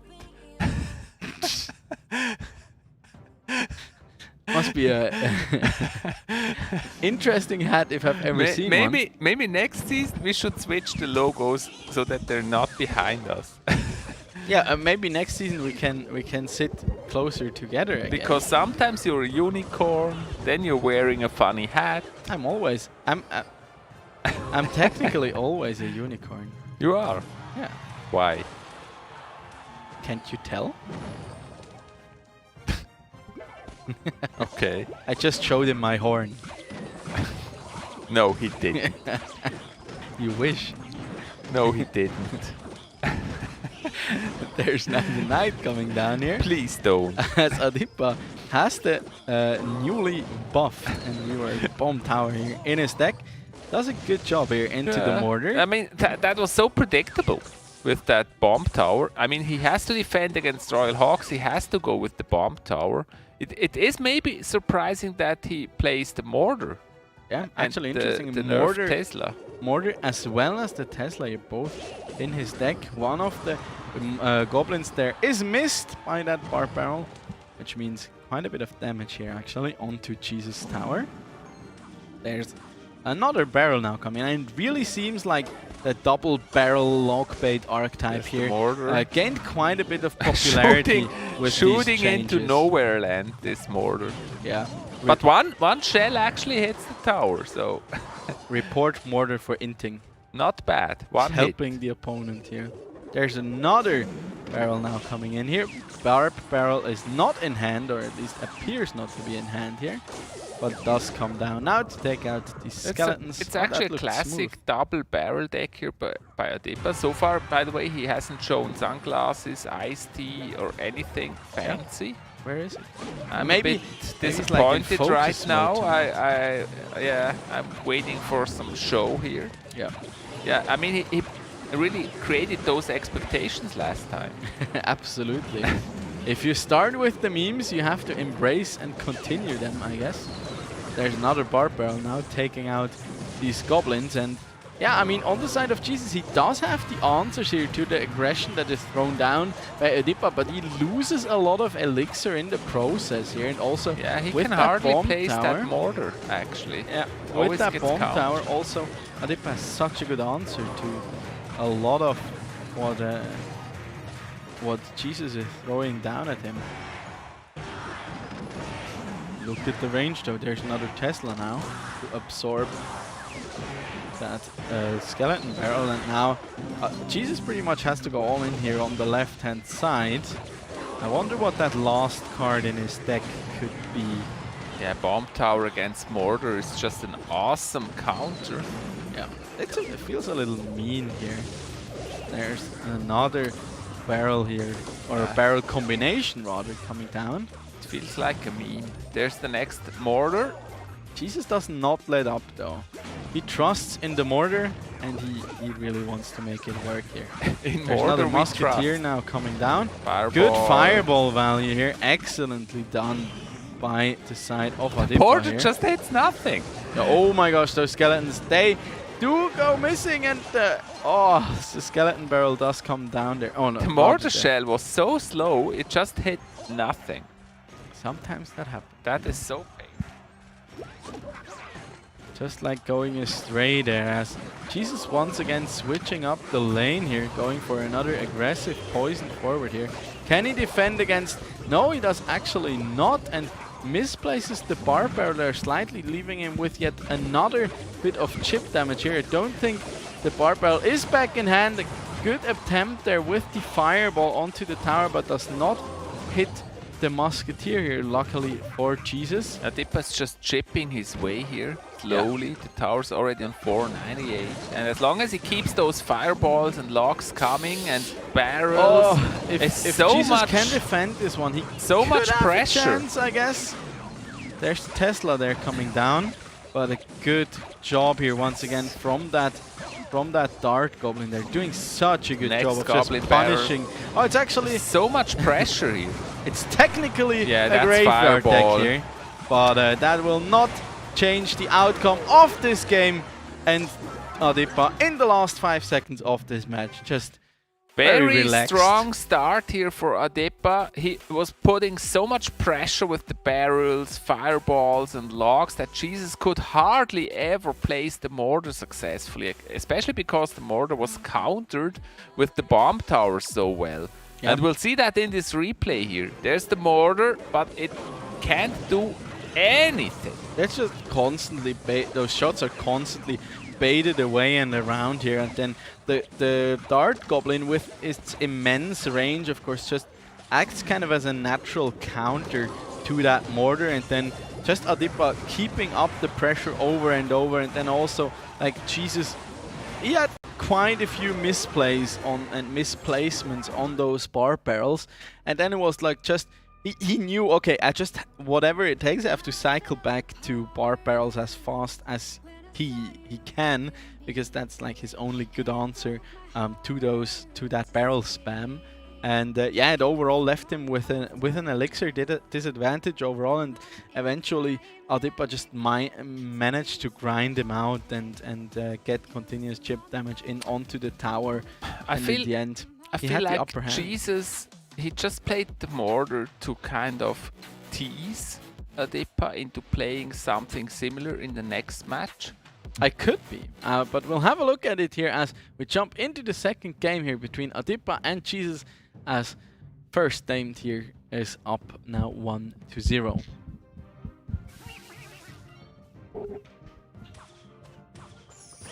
A little E-Spirit. Both of them playing that E-Spirit. Yep, using that one to activate the King Tower here. Adipa already starts chipping again. Good job here by Adipa to make sure that King Tower is activated. Never hurts. Could just be a mirror match here, potentially, with the Royal Giant archetype, I'm presuming. As we're very sorry that Royal Giant, not the camera of our two contestants. And it is the Hunter here for Jesus coming down onto that Royal Giant, but not before it gets 2 hits in. Another log just to cycle, and it's going to be the Royal Hogs. And that's what I meant. I feel like he played mortar so that Adipa will not go with the bomb tower again, so that he actually can play the deck that he wanted to, which is the Royal Hogs. That could very much be here. It is, I think it's the same deck that Solak showed earlier here against Senpyrect, with that really aggressive Royal Hog cycle into the Royal Giant here. Will be not the easiest task here for him to defend, but he will continuously apply pressure here. Jesus, that is, and yeah, try his very best to get as much value out of these hogs as possible. Doesn't have the greatest answer to the bat though. So many defenses here against one little Royal Giant. Yep. there we can see quite a bit of damage here being dealt by that Royal Giant, and the Hunter there does not get onto the tower. Yeah, so far Adipa here does quite confidently hold the lead. Next Royal Giant is cycling those Royal Giants really fast. Yeah. Does also invest another Royal Delivery there, and actually the Royal Giant, even though 22, the log is really always good there. for Adipa. The log is there to reset it, but he does not. He does still suffer Just quite a bit chipping. of damage on it. Again, Adipa's just chipping the damage, slowly getting that tower to 0. Yeah. Good Now luck he needs again. another Royal Chipping, Delivery here, but Royal that will Whoa. nearly tower down there. That but one did not get a single shot, Yeah. did it?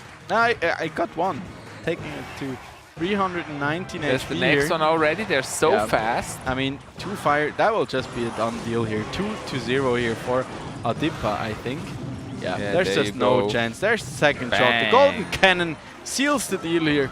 Jesus Wow. looks slightly annoyed, That was quite but his strong cocktail here. looks great. Those Royal Nice. Giants were cycled so fast that Jesus was not able to really respond to them. Yeah, They and were also just chipping the tower down, also with the log. Also the Hunter here, even in a like undone nerfed state, kind of, does not really hold a chance against the Royal Giant. Just too slow of an attack speed there. No building in Jesus' deck, which just means that he cannot fend off the Royal Giant for long enough. And Wow. yeah, just leaves him out to dry, kind And of. that already makes it 2-0 for Adipa, which Yeah. is quite a comfortable lead. And I feel like that may actually, I'm really curious for the standings at the end here. I think that may change them a little bit. I mean, if Adipa wins here, he does finish out his first ever season here in the first division of the Swisscom Hero League on 3rd place, and very comfortably so, I think. I mean, he's lost only to Senpyrect and actually Kefron in the beginning, if I'm not mistaken. So quite a surprising loss there, but outside of that, he's just been looking fantastic and kind of ramping up over the course of the season, which just yeah, I enjoy that so much when a player comes into the league as like fresh talent and steps it up so much. I'm not so sure yet in how serious they really played today, because both of them are qualified already. So it's maybe also a chance to try some stuff, to try new decks, try things out a little bit, so that next week in the playoffs they are really ready. I mean, we're heading into game number 3 here, potentially the match here for Adipa. As I mean, we've neither seen the iced tea nor the sunglasses here for Adipa tonight, so that indicates he's pretty much in focus mode. He's ditched the memes, at least so far. Yeah, that's and he's like ready to give it that his all. made our day last time, and now we're not even given that. Valkyrie down here for Adipa. And that's interesting though. There is the Ice Golem for Jesus. Usually can indicate a 3 Musketeer deck, but we see that single Musketeer coming down there. As the Valkyrie stays alive for quite a while here, and I think he has The to invest Valkyrie has even not more. been nerfed or buffed, right? Yeah. So she's still strong. Still a Still good really choice. good. There's the balloon against Mortar. Oh my gosh, look at the value though coming out from that miner on the left. That's 1,000 damage nearly being done by a single damn miner.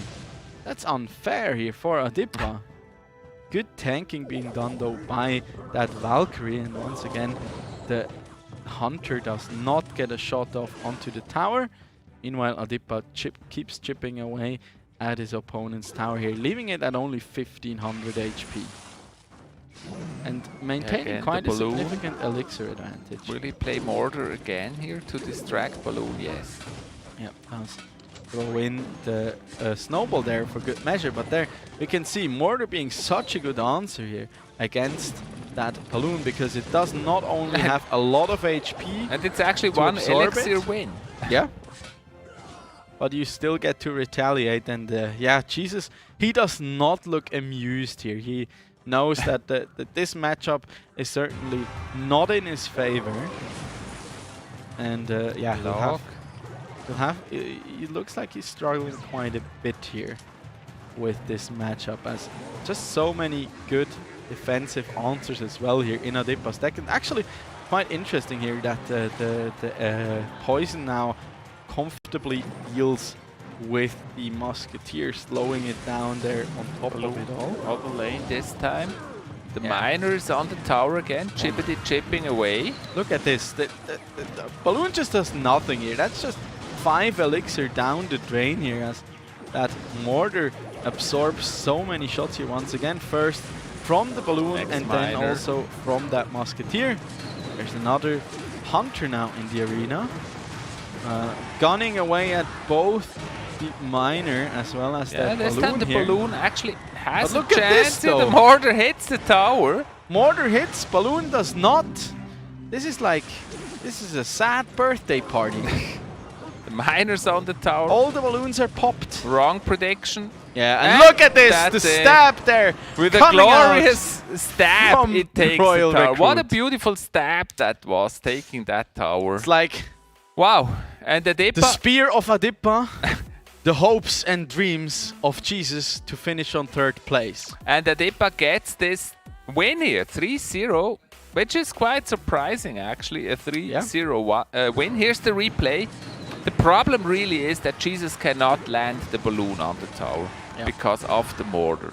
And I really hope after this match here, where Adipa just comfortably takes this match cleanly 3-0 here, you might consider joining me in my quest in finding the real truth in Clash Royale in the church of the one and only Adipa here. As we just seen this young man strive and continuing to grow here throughout this season, throwing out the memes, throwing out the great no plays. memes today, though. Looking shaky in the beginning of the season, but he's really outgrown himself in that regard. I'm disappointed though. No memes today, no sunglasses, no iced tea. Maybe he saves them for playoffs, or maybe he'll share them with us later on Twitter. We'll have to see. Let's have a look here at the player stats. There we go. There they are. I will take a picture. Here's the mortar deck. The mortar deck has just proven to be such an amazing counter here against the balloon. Yeah. And basically the win was done with the miner chipping away that tower. That's in the beginning there. What he did. Unanswered miner there. Valkyrie still tanking for a bit, and then just, I've never seen such a painful shovel, you know. You'd think a tower made out of solid stone would hold up better, but I mean this miner. He sharpened. We call him Arnold, you know. He's so strong. Yeah, he's like, doesn't even matter if it's just a shovel. Imagine him having like a pickaxe. Arnie. Yeah. That's actually interesting. Why does the miner have a shovel? Because he shoveled. And not a pickaxe. Because the ground is soft. He doesn't need a pickaxe. But like, if I think of a miner, I'd usually associate that's true though. With a pickaxe. And he doesn't have a pickaxe. Well, he needs both. Yeah. Actually. So anyways, we'll have to ask Supercell. That's average elixir, no difference basically. Troops, very similar. Buildings, very similar. Spells, so not a huge difference just there from the stats. But rock, scissors, paper. I feel like Jesus was very unlucky here with the deck choices, or Adipa predicted him really well. Yeah, definitely so. I mean, even in this matchup here, even if he went, for example, like with the Royal Hawks, like he did a lot in the past, Jesus that is, he would have had such good answers here. I mean, between the Mortar, the Valkyrie, the Hunter to a certain extent, and then of course triple spells here between Log, Royal Delivery, and the Poison. Yeah, I mean, it seems like a really strong deck here on the side of Adipa. I'll certainly check this one out myself and take it for a spin, I think. You will? Which one, the balloon deck or the mortar definitely deck? Not the balloon deck. The mortar deck. No offense to Jesus. Yeah, maybe. Yeah, I don't know. I feel like mortar. I don't like balloon decks to begin with, and if Mortar they lose, used to I be like them very even less. strong and defensive. Maybe we should really give it a try. Yeah, and I mean it looks pretty strong. We here. should check the win rate of Mortar. Currently, the Stats Royale win rate of Mortar, how good it is. Yeah. I don't know. But I mean, this already concludes the third match here of the night. Atipa going 6-0 here, technically on the evening, even though his first match of the night was, of course, a death win against Baumber. But nevertheless, this young man here looking very, very promising, finishing out his first ever season on the third place and heading into playoffs on that momentum. So, and we have one more match that's already on screen. It's going to be Dachim against Toyboy, two very experienced players that we're going to see next. Yeah. After a very short break here, so just as my dear friend would say, grab some snacks and drinks and be right back after the break.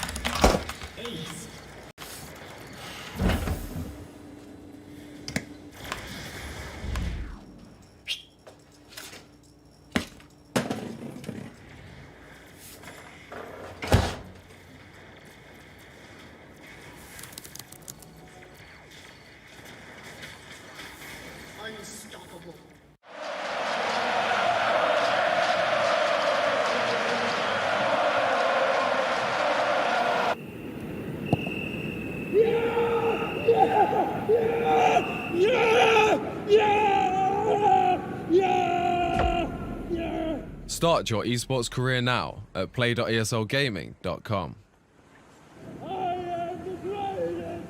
Mit dem Scheitel wäre es natürlich toll, wenn man den nicht vergisst zu machen, weil sonst ist es einfach nervig, wenn man jetzt... Alice, kannst du mir helfen mit dem WLAN-Passwort? Mom, geh doch einfach auf die My Swisscom App!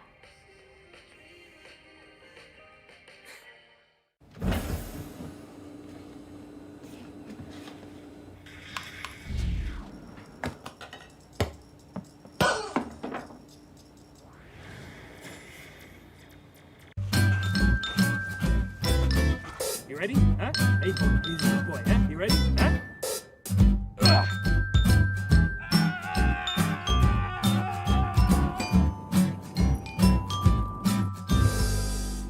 Start your esports career now at play.eslgaming.com.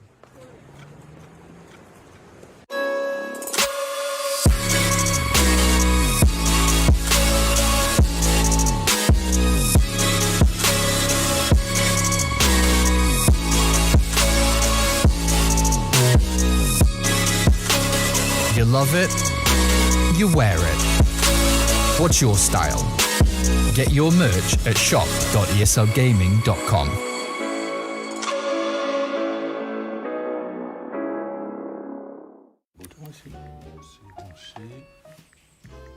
Et voilà, Internet ultra rapide. Toujours pas. Bah non. Ouais, allô? Ouais, écoutez, j'ai un souci familial. Ça marche pas. What's your style?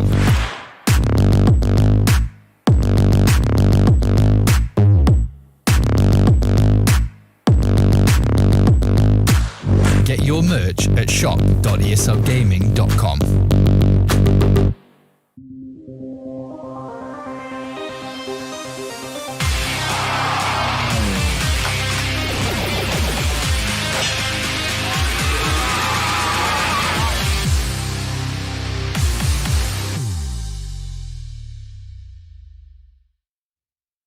Good evening, everybody, and welcome once again here to the Swisscom Hero League, powered by ESL. Would you believe it? We're already here, day 7, and with that, the last day of the regular season here of Season 6 in the Swisscom Hero League. And we're already into the last match here, as Adipa just put on a clinic here against nobody less than Jesus himself with a 3-0, but now we're actually ready here to head into the last matchup of the night, where Dutchim will be facing off against Toyboy.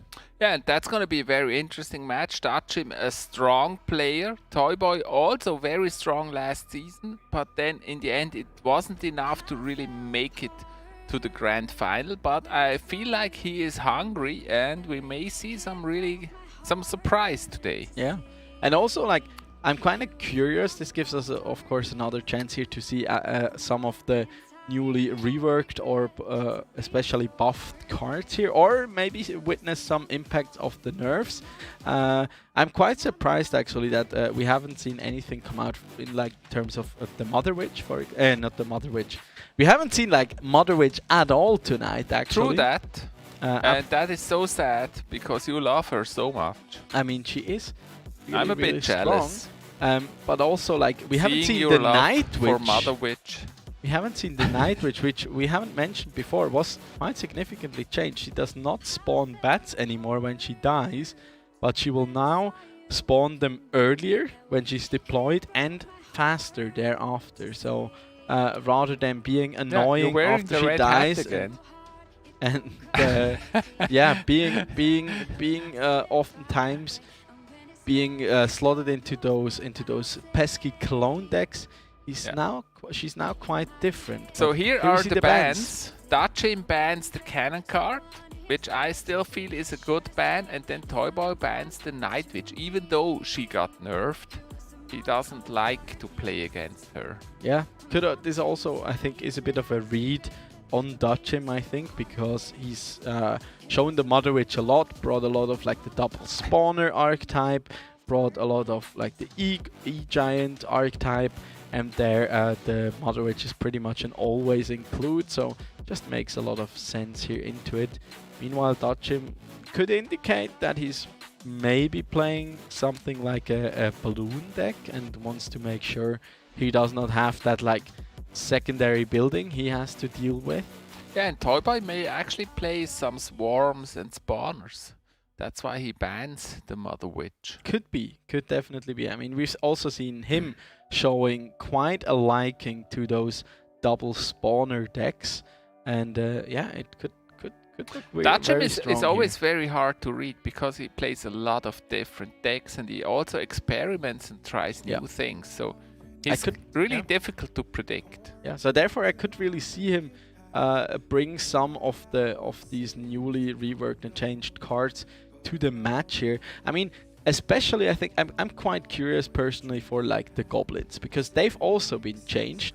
Not in terms of damage, because that will affect all the other goblin cards as well, but in terms of their placement. So rather than being, like, completely clumped up as before, they're now a little bit more spread out, and therefore they can actually surround a troop, for example the hunter or a wizard, and then take him down, and they won't all die at the same time, which gives them a lot more flexibility and That's potentially an interesting change. yeah, potentially like give another option rather than just always running the skeletons for that purpose, for just one more elixir. But if you get them to the tower, they will actually deal quite a bit of damage. So we'll have to see. Maybe Dutcham What are shows the a other liking in them. reworks of the cards? That's one. That's one, and then the other one was the Night Witch. The Night Witch. How was she reworked? That's the one I just mentioned, that she doesn't spawn bats anymore after she dies. None. And no, not a single one. Dang. It's horrible. And then I think we'll have to show them on screen again for the senile man What's here. the point in playing her if she doesn't spawn bats anymore? She spawns them earlier when you deploy her into the arena, and she spawns them faster, like in faster intervals. So you actually get like more bats overall while she's active in the arena, but none once she dies. Yeah, but that was a huge thing actually, that she spawned those bats when she died. Yeah, of course. But it also like make her a bit abusive. Actually, a nerf. We can maybe have a look again at maybe at we them. could see the changes again while we wait for the players to get ready. The reasoning. So there that, she is. That Death Supercell spawn to 0, 4 bats, and now it's 0 bats. Yeah. But the first bat spawn is faster. It's within a second, not 4 seconds. And she spawns them every 5 seconds. So she's probably producing more bats. Yeah, exactly. So overall, you get a lot more. Supercell basically gave the reasoning that she was barely seen in like out of 20 matches. She was in 19 of them. She was seen with Golem, and in pretty much all of these cases also with Clone. That is largely to like just that the very annoying clone deck where you could just she didn't even have to stay alive, but just getting her to die, then spawn the bats, and then cloning that one would just immediately leave you with like 2 golems exploding for death damage and 8 bats. So that one was a little bit hard to balance, I feel, which is why they decided to just remove that. But we'll see where that leaves her for the future. I mean, to a certain extent, that certainly does make her weaker now. To another extent, it also maybe opens up possibilities to like further buff her or try her out in different decks. But I think this one is kind of a harder one to figure out, because it just is such a significant change to like the way she works. Yeah, so far out of these, I mean, we mentioned most of them. One that we didn't like particularly point out yet is the snowball that actually has a bigger knockback now. So 20% more knockback, changing it from 1.5 to 1.8. Yeah, but I mean, as we saw in Zenpyrect's matches, you still have to hit it. True that. Too soon? Yeah, it is. I'm sorry. It still Zenpyrect. hurts. I don't. I mean you well. You know. Still a fan. Well. But yeah. Yeah, we're waiting for the players to get ready. Is there any news on the players or?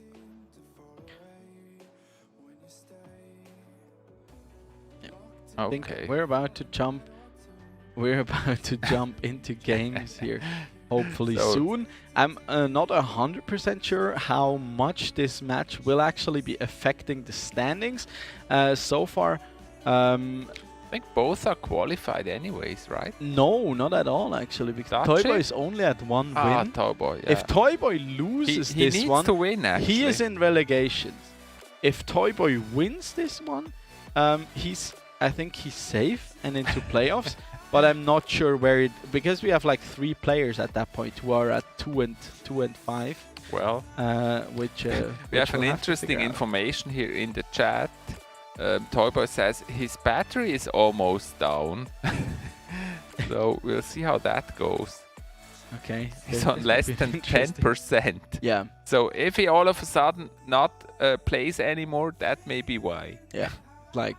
The death loss due to connection loss, I guess. Yeah. Or he just has to play really, really fast. But a small PSA, if you might consider signing up for the Swisscom Hero League, powered by ESL. Season 7. Yeah, for the future, you might just want to always remember to keep your devices charged. I thought you were gonna say the season registration is open. It's not. I don't think it's. I open haven't yet. heard No. about that yet. I don't think so. I don't think so either. But yeah, make sure to keep tuned for any Swisscom Hero League updates in the future. Might be some surprises. There might be some changes, but we can't tell too much yet. When you're playing competitive esports, you should always have your phone charged or have a mobile charger with you. Do you not have phone chargers? Yeah. Do you not have phone chargers? Yeah. But yeah, on the topic of esports, as we are drawing to a close here, at least for the regular season, we have our playoffs coming up. The first date will be next Friday, where we're gonna start with the Clash Royale playoffs, followed by another round of playoffs next Tuesday, and then on Wednesday as well as Thursday, we'll have our first quarterfinals in Finally, League of Legends. let's see how long the battery holds.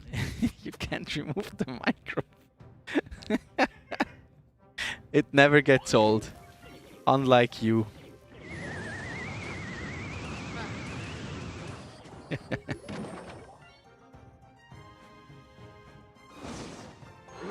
And there we go. Wall breakers into the arena here for Toyboy. See, he just wants to go fast. However, age jokes are getting old. Well, yes, can they ever get old? Because like they already are. Nope. Nope. Because they are about 8. Balloon by Dachim. No mercy here. Royal delivery, they're coming you can down. see his face expression there, like, I'm gonna destroy you anyways. Yeah. I'm not buying into that battery and low charge story. I'm just gonna destroy you. That's the expression he has here. Yeah, but so far here, Toyboy remaining pretty much unscathed here. Not moved at all. So the cannon card banter was actually a bit telling for the side of Dachim. That picture of Dachim, that looks so funny. Like him from below in the dark. Where is he? Like he's next to his window. Like an evil villain in a movie. Yeah, maybe he is. Like, I mean, yeah, ever since coming for you, Batman. Ever since Despicable Me, I think it's not the worst thing to be an evil quote-unquote He's probably looking for the Batman sign on the building and then like, Joker, I'll get you. So make your mind up. Is he the villain now, yeah, or is I he? I can't decide. Or is he Batman? I don't know. I want him to be the good guy. That's why I switched. I mean, I could tell him he's not. I could tell you he's certainly not Batman because, I mean, I'm not saying I'm Batman. I'm just saying Batman and we've never been seen in a room together. Yeah, take that as you will. Me neither. I'm neither Batman, nor Satoshi, nor any other famous person. Well,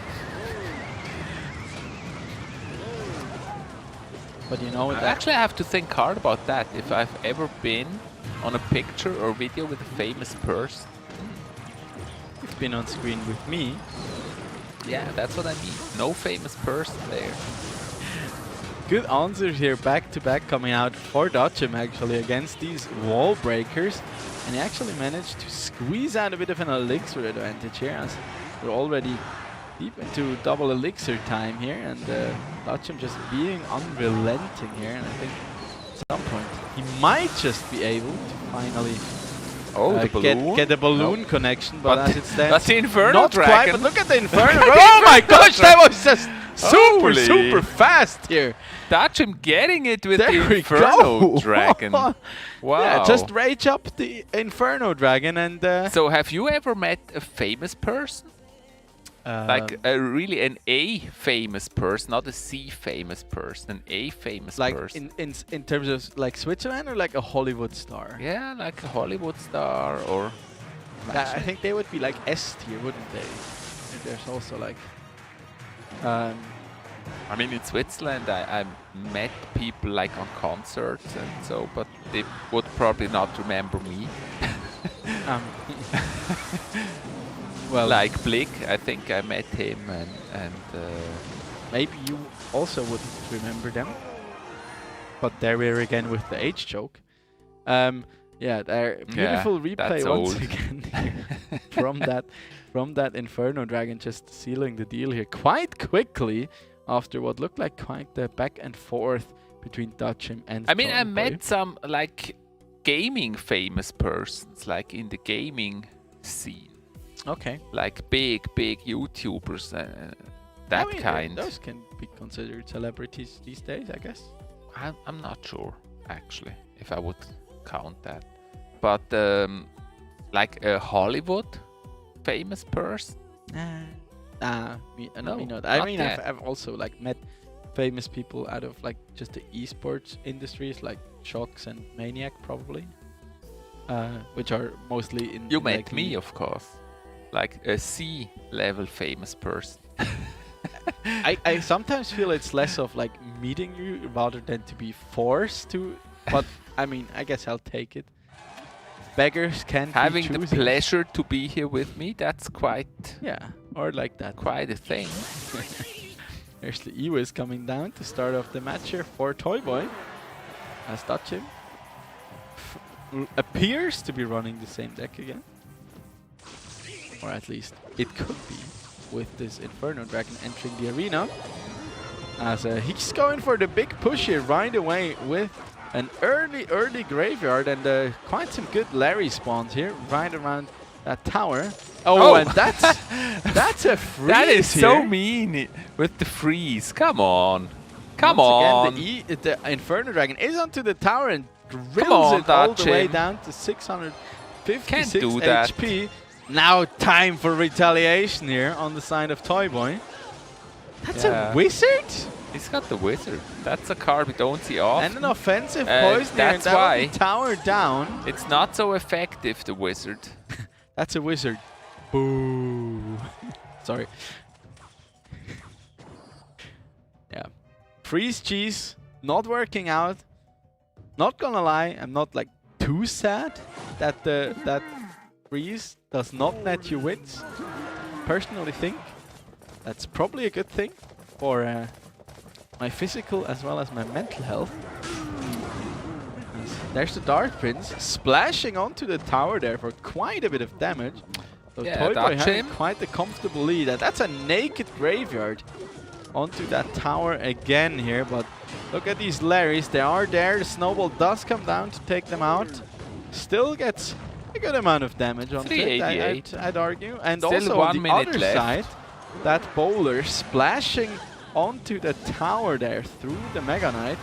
Yeah, but still, I mean, he has to get to that tower somehow. Yeah, I mean... It's interesting that he plays the wizard. It's not such a great card. No, it definitely isn't. Like, I'd rather play the regular witch than the wizard. I'd agree. There's another wizard now talking about devil here. Goes down there right away and will the just Skelly's die. Poison.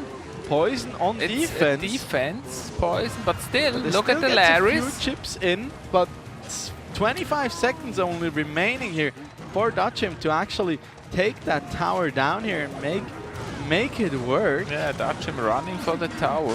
Yeah, there's another wizard now coming in here. I think Toyboy might just take it here and even out the score. Graveyard. Graveyard, they're The coming out, but defense look at poison. the wizard, it stays alive and it hits onto the tower, which takes it down.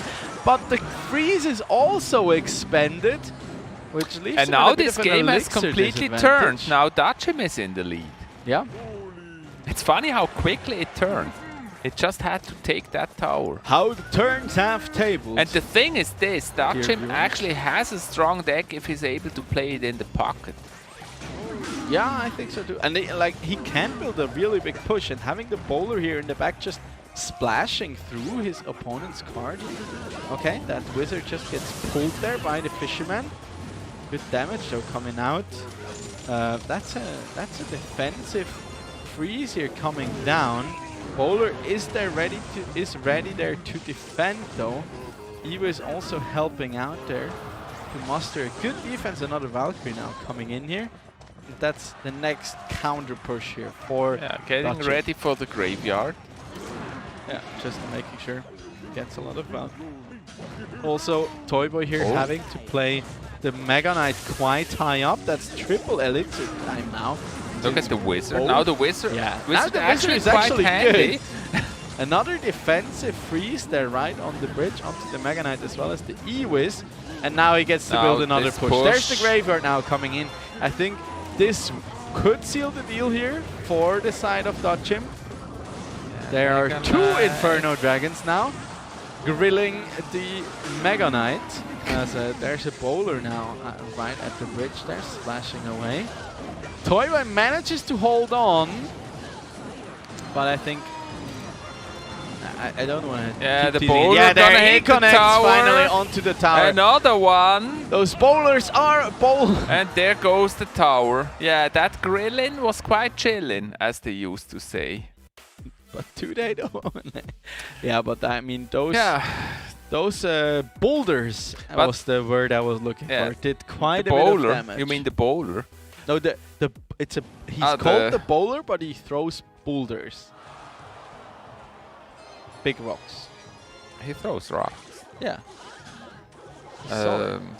Anyways, solid as a rock. I think that was kind of foreseeable. Then as soon as he's in this double, triple elixir, and he has one tower down, he can build those really strong pushes with the bowler here.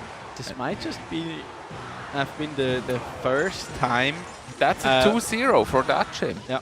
This might just have been the first time we've ever seen Wizard played and Wizard win in the Swisscom era. Yeah, it's definitely been a while.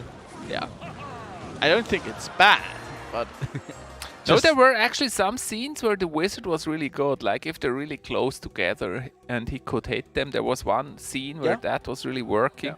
But I mean, if you get to triple elixir time, it can be really good. Yeah, I mean he's doing a lot of damage if he hits, but he's just a little bit squishy. That's why I actually prefer the Witch, because she has also those Skelly Swarms and can distract the opponent. But she deals a lot less damage.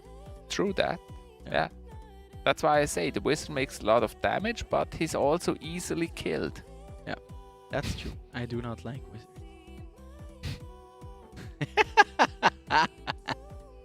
Oh, I love it. Production is also enjoying themselves. Yeah. No, it's... Yeah. I don't have to. You'll do it yourself eventually. We're ready to head into game number 3 here. This might just be the second, or well, technically third 3-0 of the night if Dodgem manages to take this one. Not the hero of the night, but the 3-0 of the night. Yeah. I mean, there you go. Our arc villain. There's just another with a fisherman now. Fisherman will get pulled to the bridge here. First slap. Again, the Mega Knight here for Toyboy. And Sparky for nice. I like Sparky. Bringing one of his signature cards here to potentially Mega Knight hits. Close out the Knight. And I'm not talking about the Mega Knight. That one was already eliminated here. This time he shoots. He gets a shot off. And now the Sparky is in poison. Yeah. They do get slowed down here by the poison and damaged a bit. But I don't think slowing them down, the push here, is necessarily bad for Dodgem. He's got the okay, well that just that sucks. Is bad. And Dodgem also activates the King Tower there. Was that intentional? That's bad. That he has the E-Wizard. That just completely sucked. And that Dark Prince is also onto the tower, as well as these Larrys. And yeah, 20 seconds in, that's just tower down. I feel like Sparky should be rewarded. I don't like that. I love Sparky. Yeah, Dodgem is just shaking his head here. Have some love for Sparky. Come on, man. Not happy with that one. We want Sparky. Can agree. That was like an interesting turn of events. Especially that lightning. Maybe he fat fingered Have it. a heart. He was like, maybe he had to sneeze. Show some love to the Sparky. Trash can on wheels. It was called. Trash can on wheels. Yeah. That's cute. It's very cute. That will be you once you need a walking aid. What? I don't think so. Think of new jokes. Come on. That one was new. No, it's still one of those lazy age jokes. You can do better than that. I have high expectations of you. Come on. Oh, damn. Come on. I thought you know me for long enough No. to lower these expectations. I believe... Actually, the guards here I coming believe you down. can improve. Oh, well. Oh, well. Dear summer child. Like, I remember those old times when he made those ice golem jokes. But yeah, that has become a cold case now. That is actually a good joke. Yeah. I guess. Yeah. Production, nobody asked for your opinion. Yeah, and also the timing has to be perfect for such a joke. Yeah. I agree. The delivery has to be right. Anyways, that's a win here for Toy Boy. A 2-1. Pretty uneventful. Like Closing the gap a little bit. He actually got that tower very early on, and from 1 then minute on, in, it was touch just, him. Yeah. Couldn't I do don't know. much. Maybe we'll see it again here. How? No, actually not. We'll just see the end of the match here. As not that first tower take, which looked a little sus to me. Maybe he was also just trolling and wanting to go like the full distance for one more match. Well. Well, Dachim still has 2 more match points. Yeah. You know, Chief, that sometimes I'd wish you'd look at me like you look at that energy can, you know. You mean the energy drink? To feel true love for once. Yeah, maybe one day when you deserve it. Looking forward to that day. Yeah. All right. Poor loveless child you are.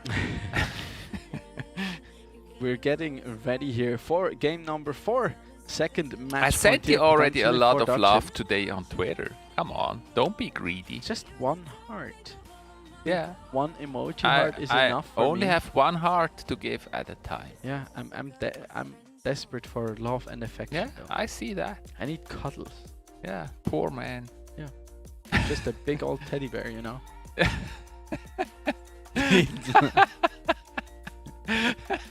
True. Yeah. True. Well, send me some. We feel so sorry for you now. But if you want to share either some love, no hate, but if you want to share some inputs or your opinions on the game that have been taking place here tonight, all he needs is love.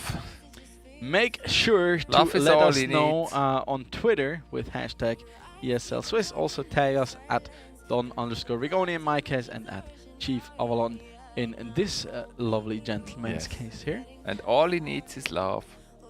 And make sure to also drop us a follow. Send him if you follow him on Twitter. Send him a few hearts there. That will make his day. Definitely will. Definitely. Yeah.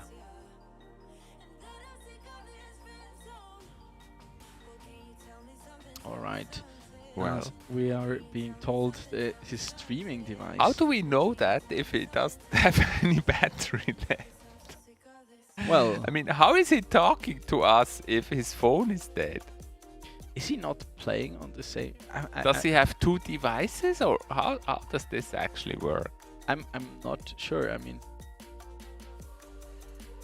okay, so we were informed here, officially informed, that he has 2 devices, one for but calling why is he streaming? And one like for we are playing. Streaming, aren't we?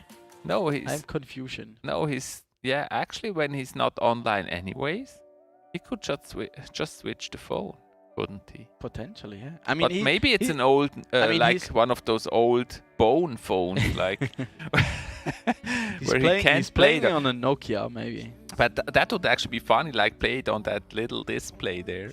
That would be amazing. Imagine. Or like one of those first touch screens where you'd still use the pen. Like those black and white little characters on it, and you couldn't tell if it's a princess or a Mega Knight. Like, that would be lovely.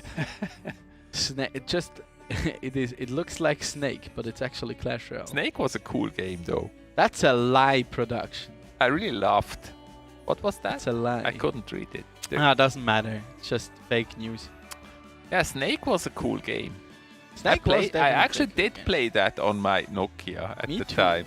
Me too. On like an old Sony I Ericsson. think I still have that phone somewhere, and maybe I could even still get a SIM card for it. I mean, it's still the same. I mean, that's a phone that's undestroyable. You're a liar. What did you lie about? Nothing. I'd never lie. Ah, I'd yeah, never that's lie. true. Yeah. Yeah, Yeah, see? production He agrees. production is always right. I mean, it's obviously.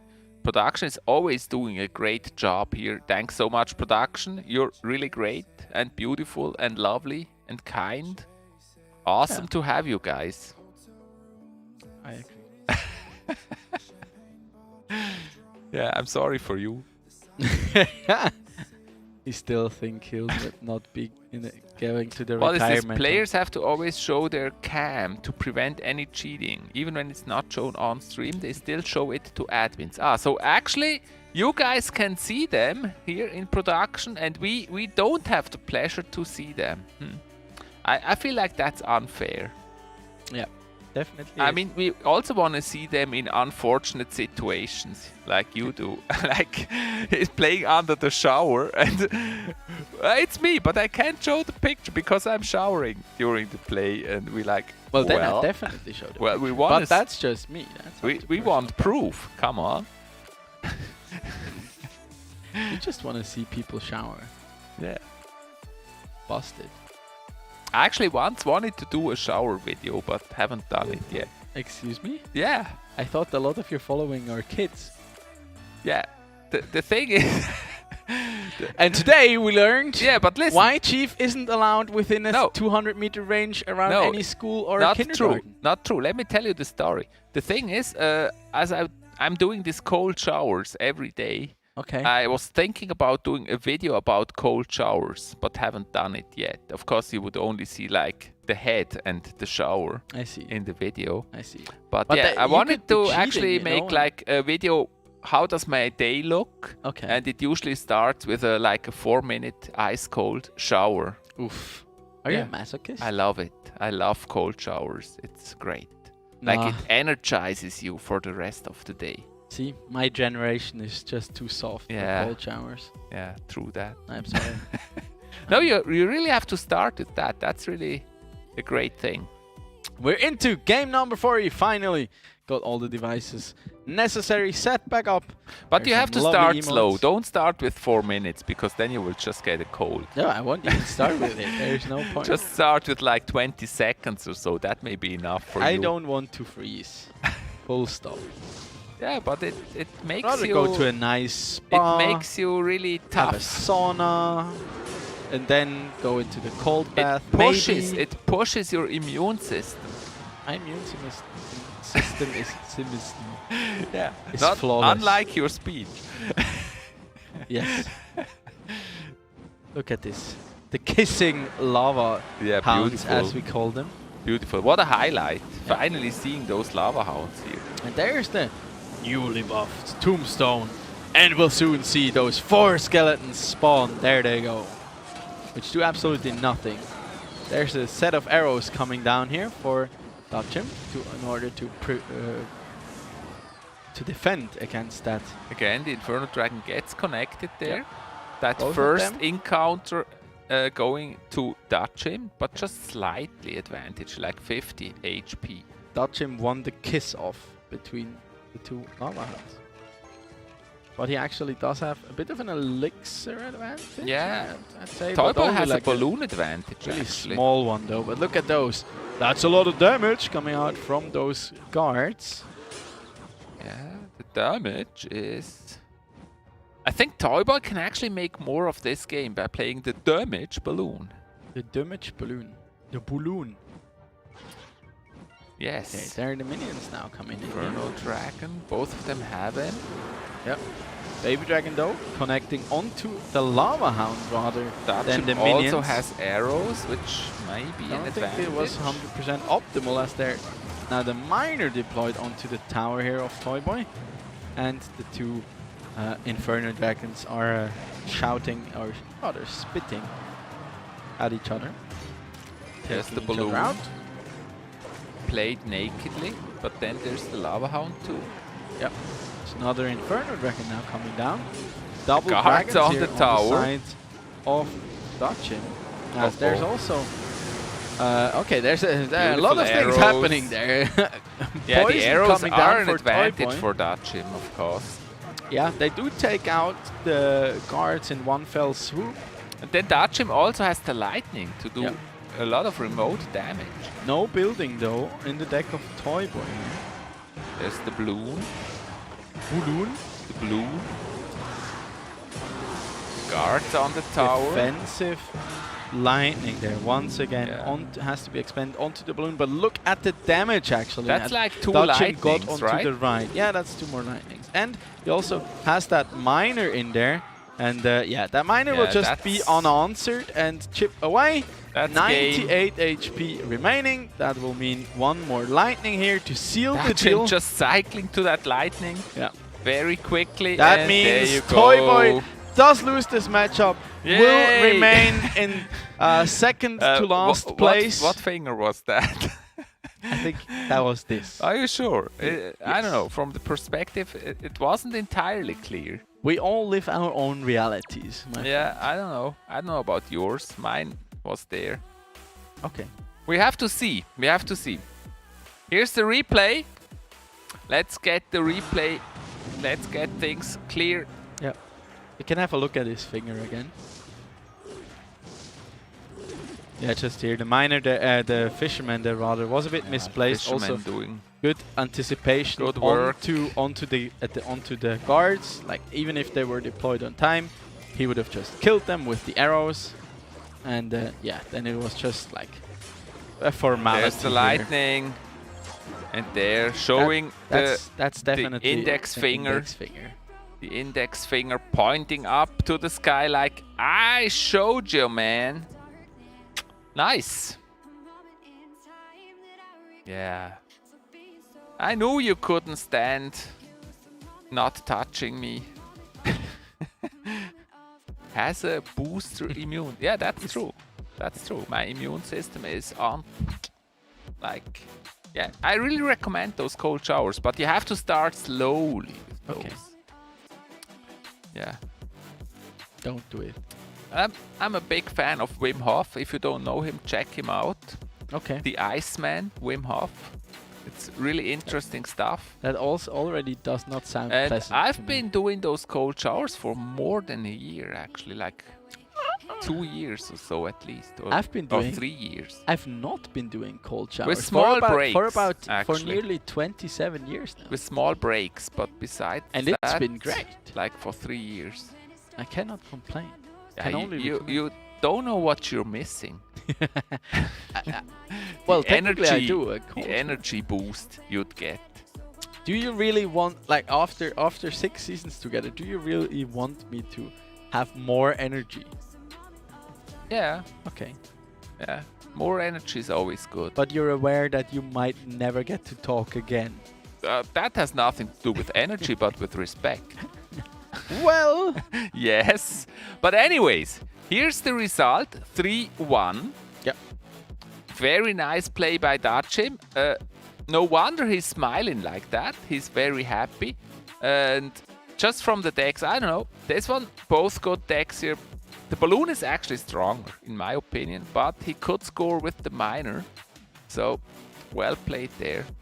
Yeah, I personally think here, just in this very matchup here, Dutchim had the advantage because he had a building, he had kind of had the splash damage with the baby dragon. Also the lightning actually I like a lot, and then because he was running both the minions as well as the guards on the side of Toyboy, arrow is just fantastic answer because it takes them out completely, and yeah, also. In this matchup here, the fisherman pretty much does nothing for Toyboy. What we see here, is that the playoff for Friday? That is the playoff schedule, playoff bracket overall, which I think is fair to have a quick look at here. Solag now.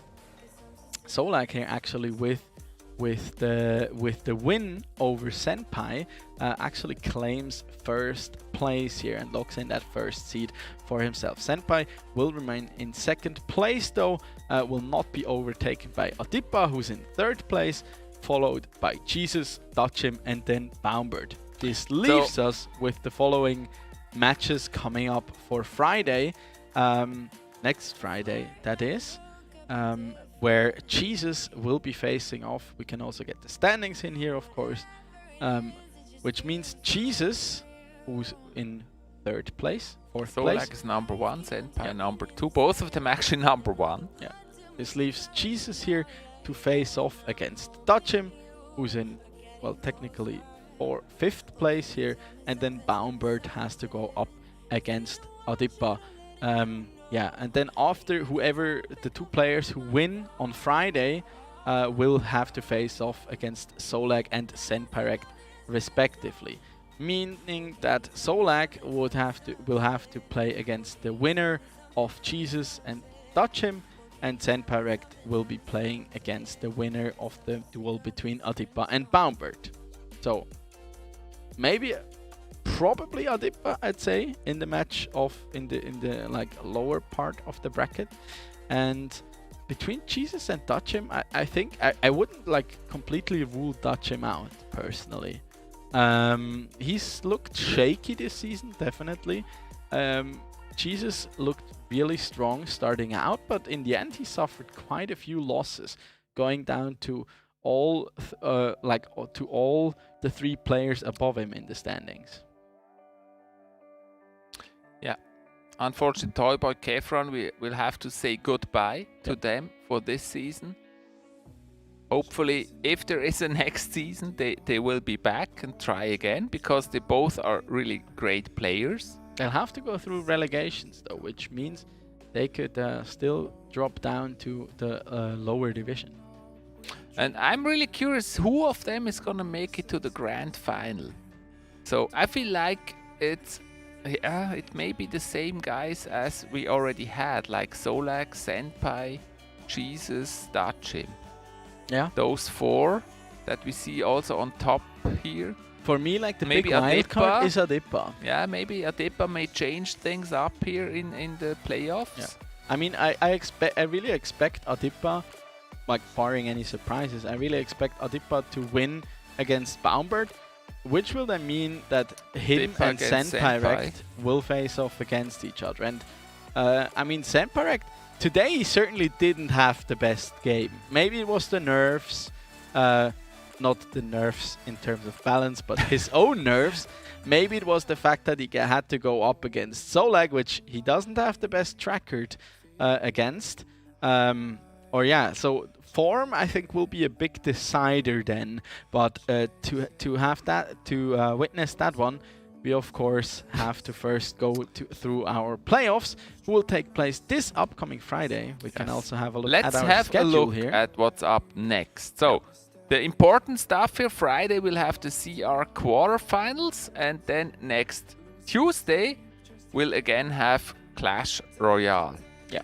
And besides that, there is some other stuff. I can hardly read it because the font is a little bit too small. Can you explain what the rest is? Yeah, I'll gladly help you out, of course. There are also our CSGO quarterfinals, who will be taking place this upcoming Thursday. So for once, no stream tomorrow night. Then on Thursday evening we have the first quarterfinals of CSGO. Next Monday will be the second round of quarterfinals in CSGO, and then next Wednesday as well as Thursday will be on live for the very first time for the Season 6 here in the Swisscom Hero League with League of Legends. I'm personally super excited and honored to be casting those once again. We got a bit of a new phase coming up for those. Make sure you follow us on social media at ESL Swiss as well as Swisscom_gaming to find out who will be joining me on the desk here for those League of Legends matches. I've had a look at the qualifiers. Qualifiers and the teams. Say? Read Master of Disaster. Oh. Okay. And I'm really looking forward. You have a lot of strong teams coming in. Will be an exciting one. we'll have the first rounds off stream, the round of 16.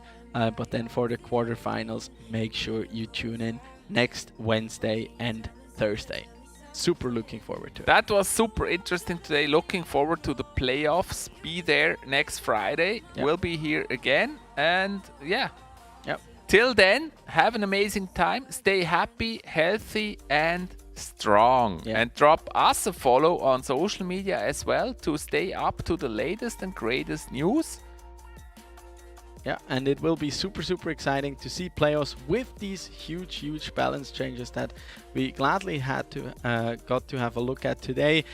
It's only been one day so far. On Friday, it will be more time for the players to prepare, to figure out the new decks, to how to use the new cards, and it will be an exciting one. So see you on Friday at the very latest, and until then, stay happy and healthy, and good night. Good fight, good night.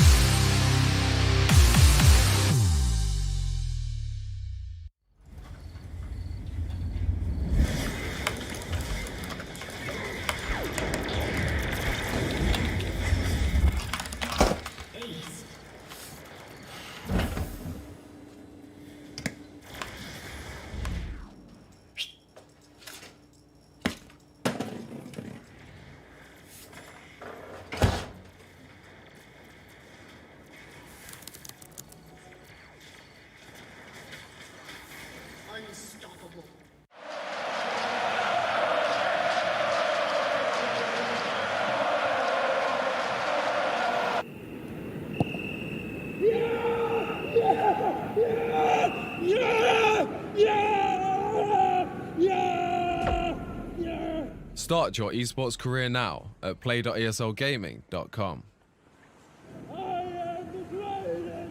Mit dem Scheitel wäre es natürlich toll, wenn man den nicht vergisst zu machen, weil sonst ist es einfach nervig, wenn man jetzt... Kannst du mir helfen mit dem WLAN-Passwort? Mom, geh doch einfach auf die My Swisscom App!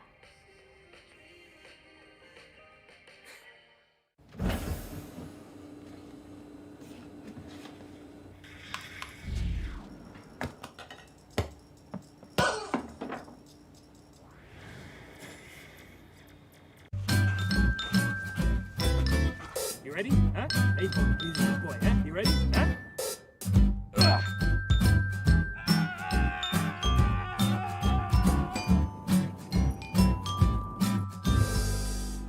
Start your esports career now at play.eslgaming.com.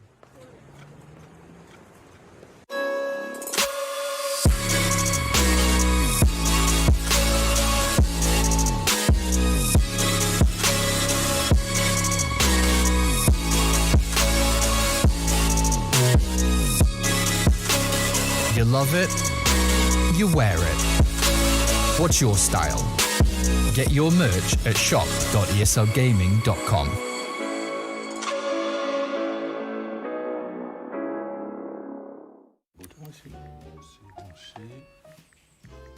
Et voilà, Internet ultra rapide.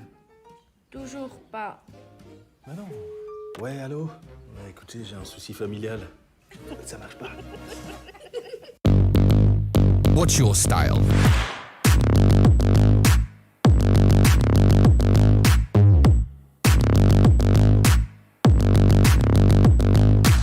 Get your merch at shop.eslgaming.com.